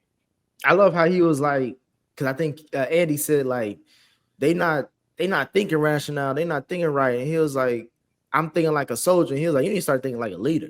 Mm-hmm. And I took that until we had this conversation. I was taking it as far as like him like trying to say be more inspiring, but I also looked at Luthen and was like, I can't keep running everything. You can't, like, I'm tired of being the motherfucker that got all the answers, that got all the, you know what I'm saying, that everybody goes to. Like, nigga, you take the lead on some shit. You inspire some motherfuckers. Like, quit acting like you just a henchman. Like, you clear, and that's what I thought. He evolved a little bit in that first episode of the season when he was talking to old girl with the fat ass. Like, I thought he was taking more on like a leadership role of inspiring people and telling, like, you know, it's okay, baby girl. Like, you know what I'm saying? Like, just trust the process. Everything is going to work out. But in this case, he was kind of he was just really just rushing. And like I said, judging their rebellion because it ain't as good as how they do it. And it's like, this is where you're supposed to teach them. You know what I'm saying? We're not going to get better if we just, we just keep dismissing people. I think I have a different take on that. But Jalen, what did you think about that scene? I don't think that's his role. I don't look at it as it's his role. His role is, like he said, he was thinking like a soldier. Like that is his role. Like I'm doing what I'm asked to do. My goal is not to come here and teach niggas how to do what they need to do. You ask me to do something, I'm willing to put my life on the line and risk for my responsibility. My responsibility isn't to make sure everybody else is up to speed. You're leading the operation. Get the shit right. That's like you telling your boss coming to you and you're like, hey, bro, why you ain't teach the new nigga how to do the job? Nigga, I'm doing my job. That's my job. You're the boss. You need to find another. Like, you didn't assign me to go do that. You just told me to go do what I needed to do and tag this motherfucker along, but not teach him. So, yeah, I wasn't mad at what how Andor was coming back at him about it. Ken, what did you think of that conversation that Cassian and Luthen had when they were on the ship, when they were discussing Gorman? This when he cussed him out about bits? Yeah. Well, one of the times. Oh. Well, first, I think that yeah, and Andor is definitely in his feelings. Women will typically can be the downfall of men or significant others just in general. But in this particular case, this is the one. And, I think there was some validity to it. Like, he definitely put everything at risk by exposing himself like that. And this is about a mission and this cause. And you're here for personal reasons. So, yeah, I definitely agree. And I love how Luthen just quickly tried to cover everything up by giving him a cover story and stuff like that. Like, he's quick thinking on his toes. But no, I thought there were valid points made. So I said I had a slightly different take than Nick's concerning Luthen and Gorman. So I think what's so interesting about this is Luthen sees what's going on Gorman as a win-win regardless. If these rebels are successful in kicking the Imperium, the Empire out of the planet, they now have a wealthy and resourceful planet on their side. But also, if they fail and the Empire goes and they destroy them, that's a win as well, because that's going to turn a lot of people onto their side. So I think when they're having that conversation and Andor says, well, what if, they burn it all down? And Luthen says, well, it'll burn brightly. I don't think that was a throwaway line. What he means is it'll burn brightly and so many people will see it that it'll make people start to be like, well, shit, I'm about to get on I'm about to get on the rebellion side because look what they just did to Gorman. And Gorman is a peaceful planet, and they just fucking wiped him out. So I found that conversation to be super duper duper interesting. But the Cassian arc of this episode ends when they look out the window and they see a flashing light, which means another mission. And it turns out that mission is for them to take out Ghost. So Nick, what did you think of this mission? So I didn't know if that was this mission or that was just something that like they had a mission, but before they left, she said, I want to do this before we dip up out of here. Because obviously they know they can't come back to the safe house after doing this. Mm-hmm. But I thought she, for all the nightmares she was having, because I think Andy saw that she was on drugs at that time too, and she was like, nigga, I'm going with you. I'll give a fuck what you say. She was ready to cuss his ass out. He was like, look, you can come. I ain't even gonna argue with you. Like, just go through. And I love her getting her revenge too, especially how they shot it where it was silent. Mm-hmm. And you just that nigga he was like, hold on, I know you. I remember you. Yeah. That's how they did it with her too. Like when they put the headphones on her, they went silent. And then when we just saw her reacting to it, which kind of like it's crazy. Like it had a whole lot of intensity to it because you got to figure out what that noise is, how that noise is. They don't create it. Like it's just a silent terror. So yeah, I really. And she turned it all the way up too and just pressed the button and did. She said it's gonna feel like eternity, but you won't know. That shit is. Woo. Yeah. It's the same thing he said to her when he did it to her. Yeah, I thought that was dope too. And what I love is like he said, I remember you. And Mike remind me, didn't he say he don't remember most of his victims? Yeah, but if you notice, he said, I remember you. Yeah. Then he said, how? Like, how do I know you? Man, he wasn't shook enough for me.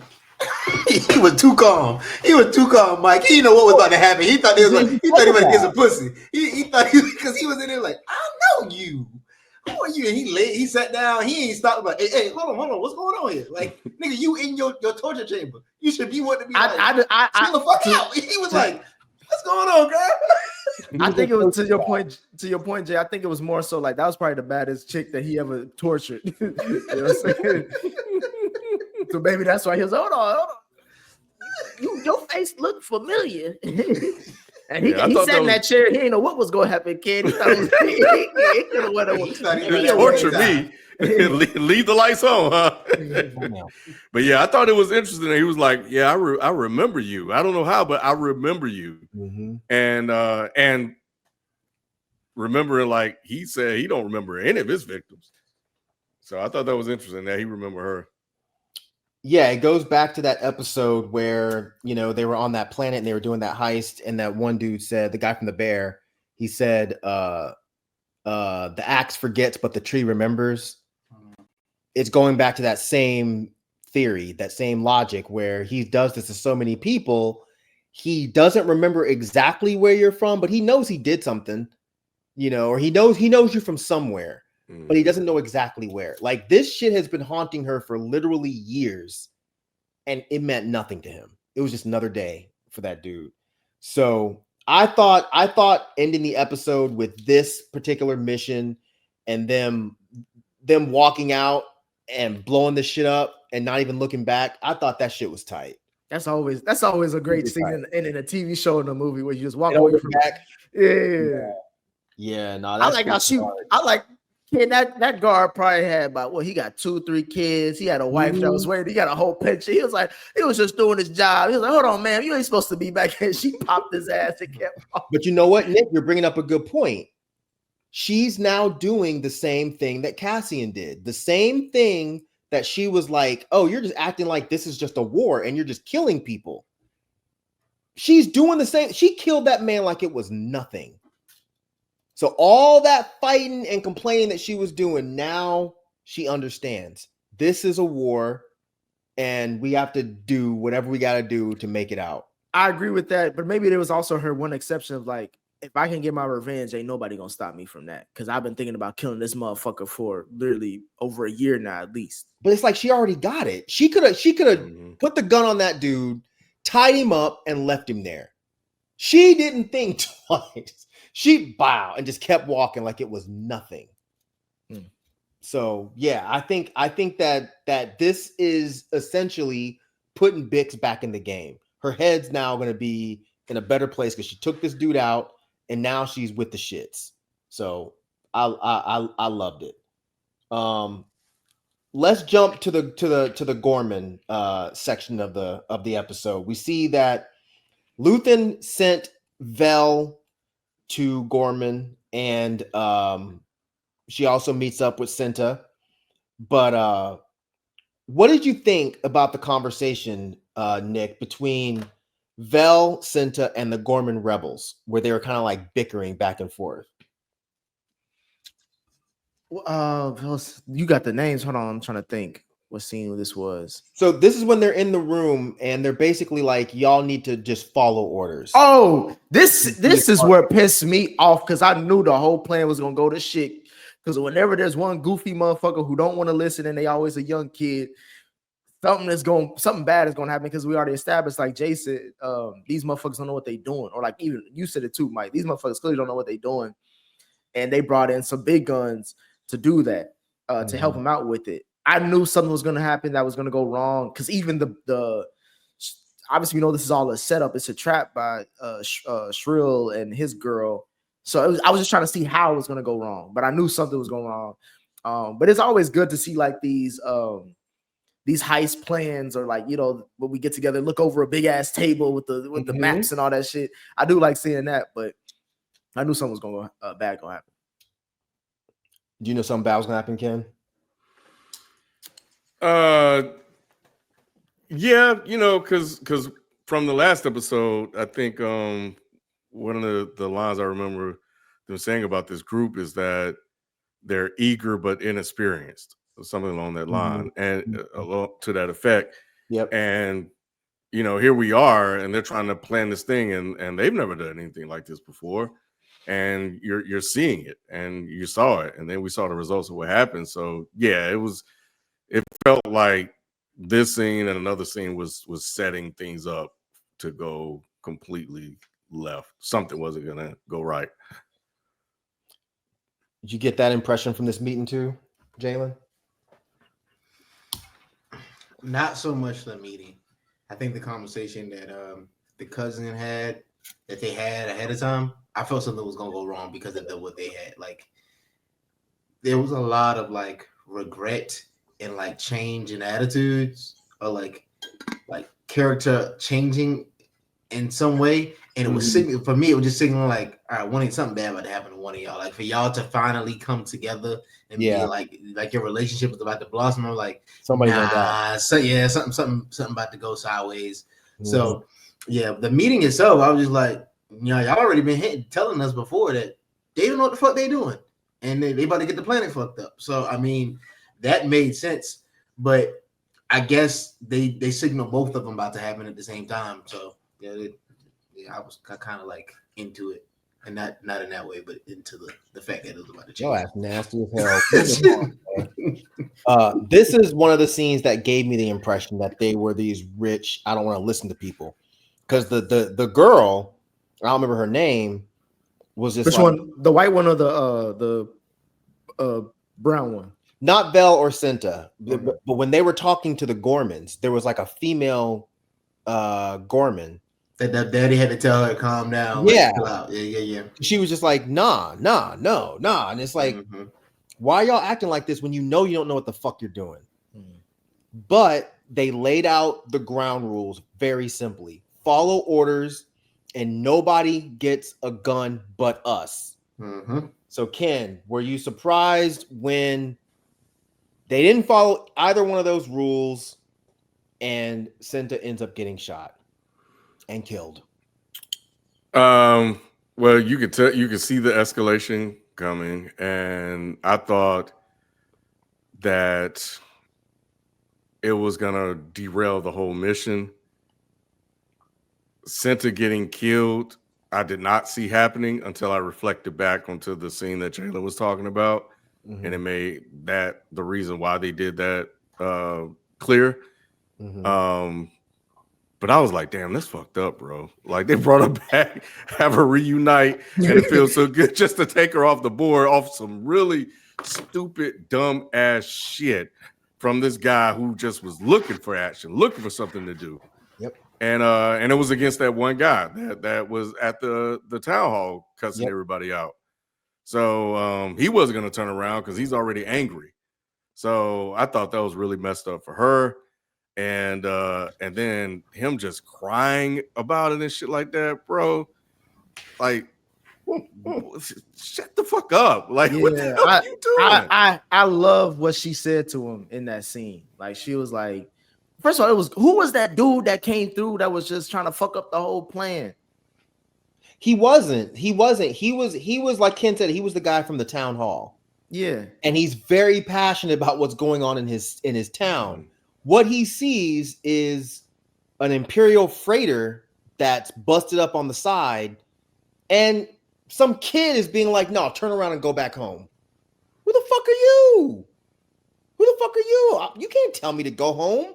He wasn't part of the rebels. Yeah. He was just a townsperson, but I think he didn't like the fact that some child was like, you can't go look.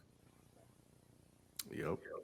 But then to blast her at it, I thought he was going to kill the old lady with the groceries. That's what I thought too. Yep.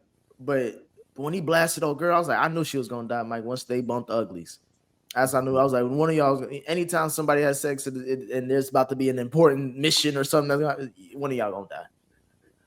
I just hate that it was the BIPOC lady. You know what I'm saying? Whatever she was. Hey, Mike, we've been having a lot of bad representation for Black and Brown in this second season so far. A lot of niggas, especially when a nigga came through and talking shit to Shrill when they was trying to find the bug in the office. I love that shit. I ain't like him. I don't like seeing the boss. Call him. I don't give a fuck. Go call him. Shit, bitch, call him. I love that shit. I don't like seeing us with the Empire. Oh, I feel you. Yeah. No, I get that. But no, I knew Cynthia was out right after they had that conversation at the coffee shop. And she talking about, I cut my hair, and I went and I had an accident and I was holed up somewhere. And the only reason I'm on this mission is to see you. I was like, oh, your ass dead as fuck. Fuck. They gave her a tragic backstory, telling us she got fucked up, and we didn't know why she got fucked up, but she got fucked up. Like, oh shit, damn man, you couldn't get to your woman when you was fucked. Like, you done got fucked up and realized you all I need. Yep. Now you ain't got shit. Too late. When she said, "Yeah, I got fucked up, but I'll tell you about it later," I was like, "Oh, you're dead. You're dead." And then the second we saw them kiss, I was like, "Oh, she's super dead." But I from season 1, I really liked Cinta's character, so I was bummed out to see her get killed. But let's jump into the last arc of this episode, and that's with Mon Mothma when they're at Davos Golden's party. So first of all, Mon Mothma, she leaves the Senate because they're making her take an oath. And the oath is her swearing allegiance to the Empire as opposed to her swearing allegiance to her people. So she left because she doesn't want to do that. She's like their version of AOC. But when they get to the party, I know we're running long, but I just gotta get y'all's opinion on this. Did y'all recognize the guy the little cameo that they ran into before they went inside? Oh yeah. What was his name? He's a famous actor. Yeah, his name in the show is Senator Organa. Oh, that's a young version of him. Yeah. Well, no, it's about at appropriate age. It's the guy that adopts Princess Leia. Yeah, that's what I was saying. I thought that was it was a different actor. They had to recast him because the actual actor wasn't available. Oh, they recasting. Okay, that's why I looked. I was like, but okay, he looked like him though, which is crazy. I mean, that's kind of fucked up too. It is kind of fucked up. It is kind of fucked up. Anybody that look, y'all all looking like nigga. It did feel like that, but he did look like him. But I thought that was actually kind of cool. But so I guess yeah. is he gonna come back for them to recast him? I guess he's gonna have some importance later on in the season because I don't see the reason why to recast him for just that small amount. Like that wasn't something to recast. It'd be like to me, it'd be like, all right, we don't need this role anyway because he ain't really did much. I don't know. He shows up. I could see this being just this one little thing, or I could see him coming back because he is a part of the rebellion. He is a major part of the rebellion, especially during this time, because at this point, Leia is already a general in the rebellion, so they're both important. So I don't know if he'll come back or not. I guess we'll see. But yeah. So what did y'all think about the whole, I'm trying to get this listening device off of this antique and all that? Was that tense? Did it go on too long? What did you think about it, Nick? I thought it was great. Just because we knew it was going to be difficult, especially when they had what's his name, Ben Mendelsohn's character in the room. Yeah, like we get to see like all the big players in the room. You know what I'm saying? And I love how Mom Martha and Luther were trying to distract because while there was a whole other side mission going on that could expose everybody. And then once it got stuck, I was like, oh, she gonna break it. You know what I'm saying? Shit gonna cause a scene. So I thought that played out really well. I didn't know what the fuck was about to happen. Because my thing is like, we know there's no season 3. So we know shit can pop off. And like at this point, we're episode 6, so we're more than halfway through the season. Yep. So we know shit can pop off. I love the tension that they built because it seemed like it wasn't going to work and it wasn't going to work. Her hands bleeding. This guy's being Lonnie Luther or whatever his name is being stupid and not willing to go along with it because he's scared and terrified because he had no idea what was going on. And she just basically really forcing him to do this. And I'm like, bro, you understand, like, if you could put yourself in harm's way if you don't help her get through this.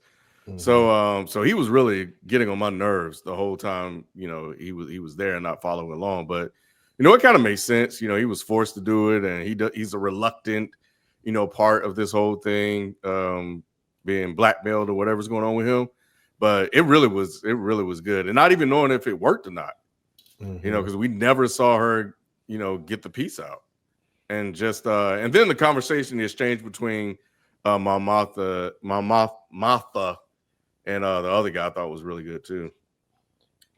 She definitely gets it off. She gets the piece off. Yeah. She handed it to him. Yeah.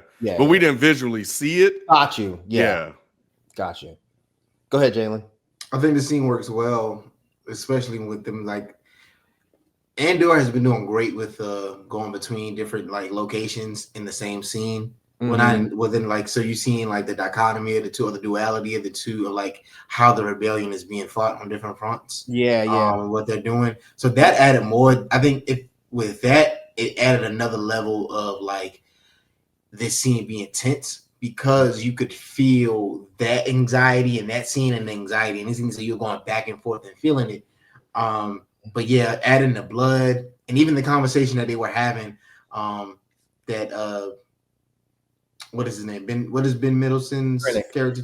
Krennic was talking about how history writes itself and how people tell it in different ways, and how that's how if you hear from this way, it could be like a truth. What he said, your terrorists are my, or he says your rebel is my terrorist. Yeah.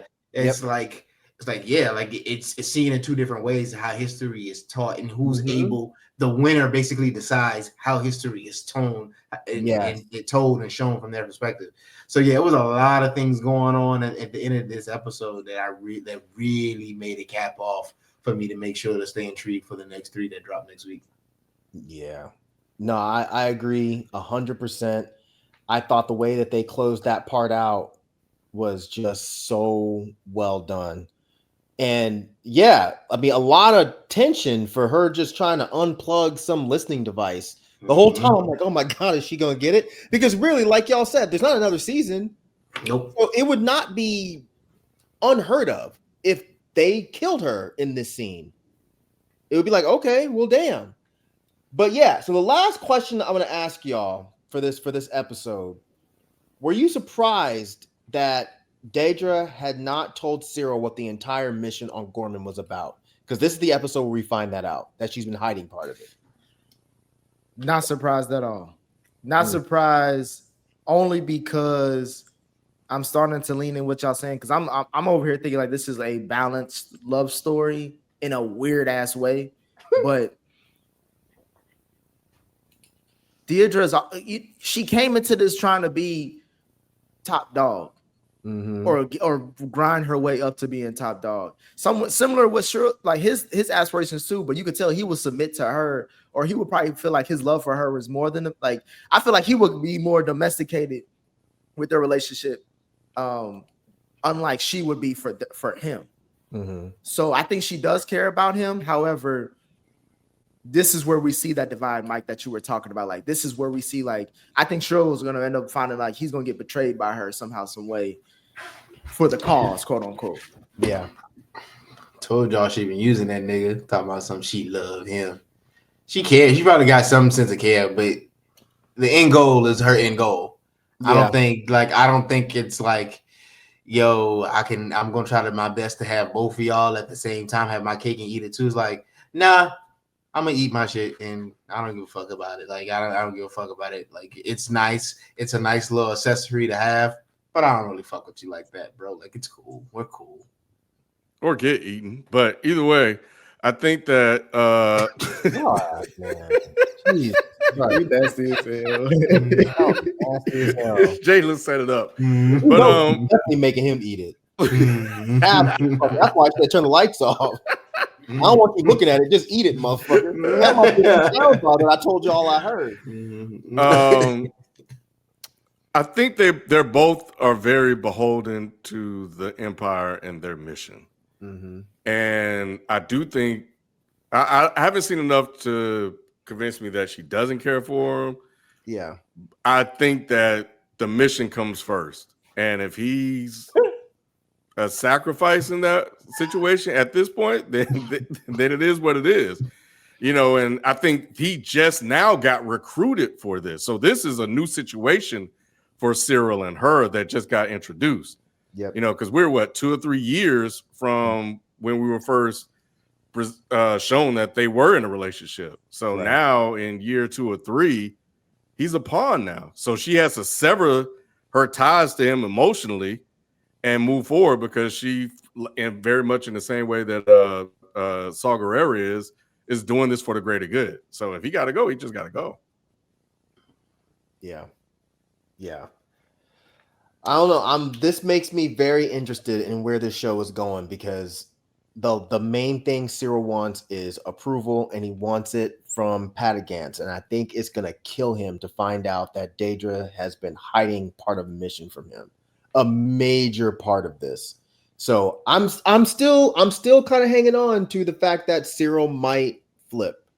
But yeah, I guess we'll see. But I don't know. I think maybe talking it out with y'all, maybe I don't think that the first episodes were that much stronger.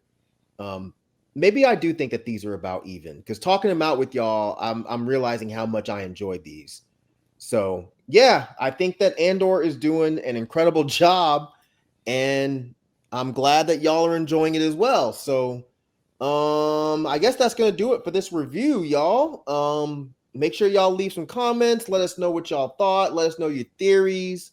Are you enjoying this show as much, or are you one of these punks that stopped watching after the essay happened in the last arc? Cyril. Huh? Let us know if you're a Cyril. Damn, why you gonna do my boy like that, bro? I wouldn't be surprised if this show ends with him killing Daedra. I would not be surprised. Why he kills her, I don't know. I see the other way happening. Like, you think she's gonna kill him? Yeah, and he's still gonna confess his love to her. Don't kill me, I love you. And then she gonna kill him. He gonna catch her fucking in that white room on somebody who really got power. Damn. Ooh, if he catch her fucking Patagans, that would be wild. Wild. That make me lead the show, Mike. that make me. That's too much for me. I don't know. I think it might be tight. I don't know. Anyways, that's gonna do it for this review. Like I said, share it with a couple friends, leave some comments, let us know what y'all thought, and we will see y'all next week. We're out.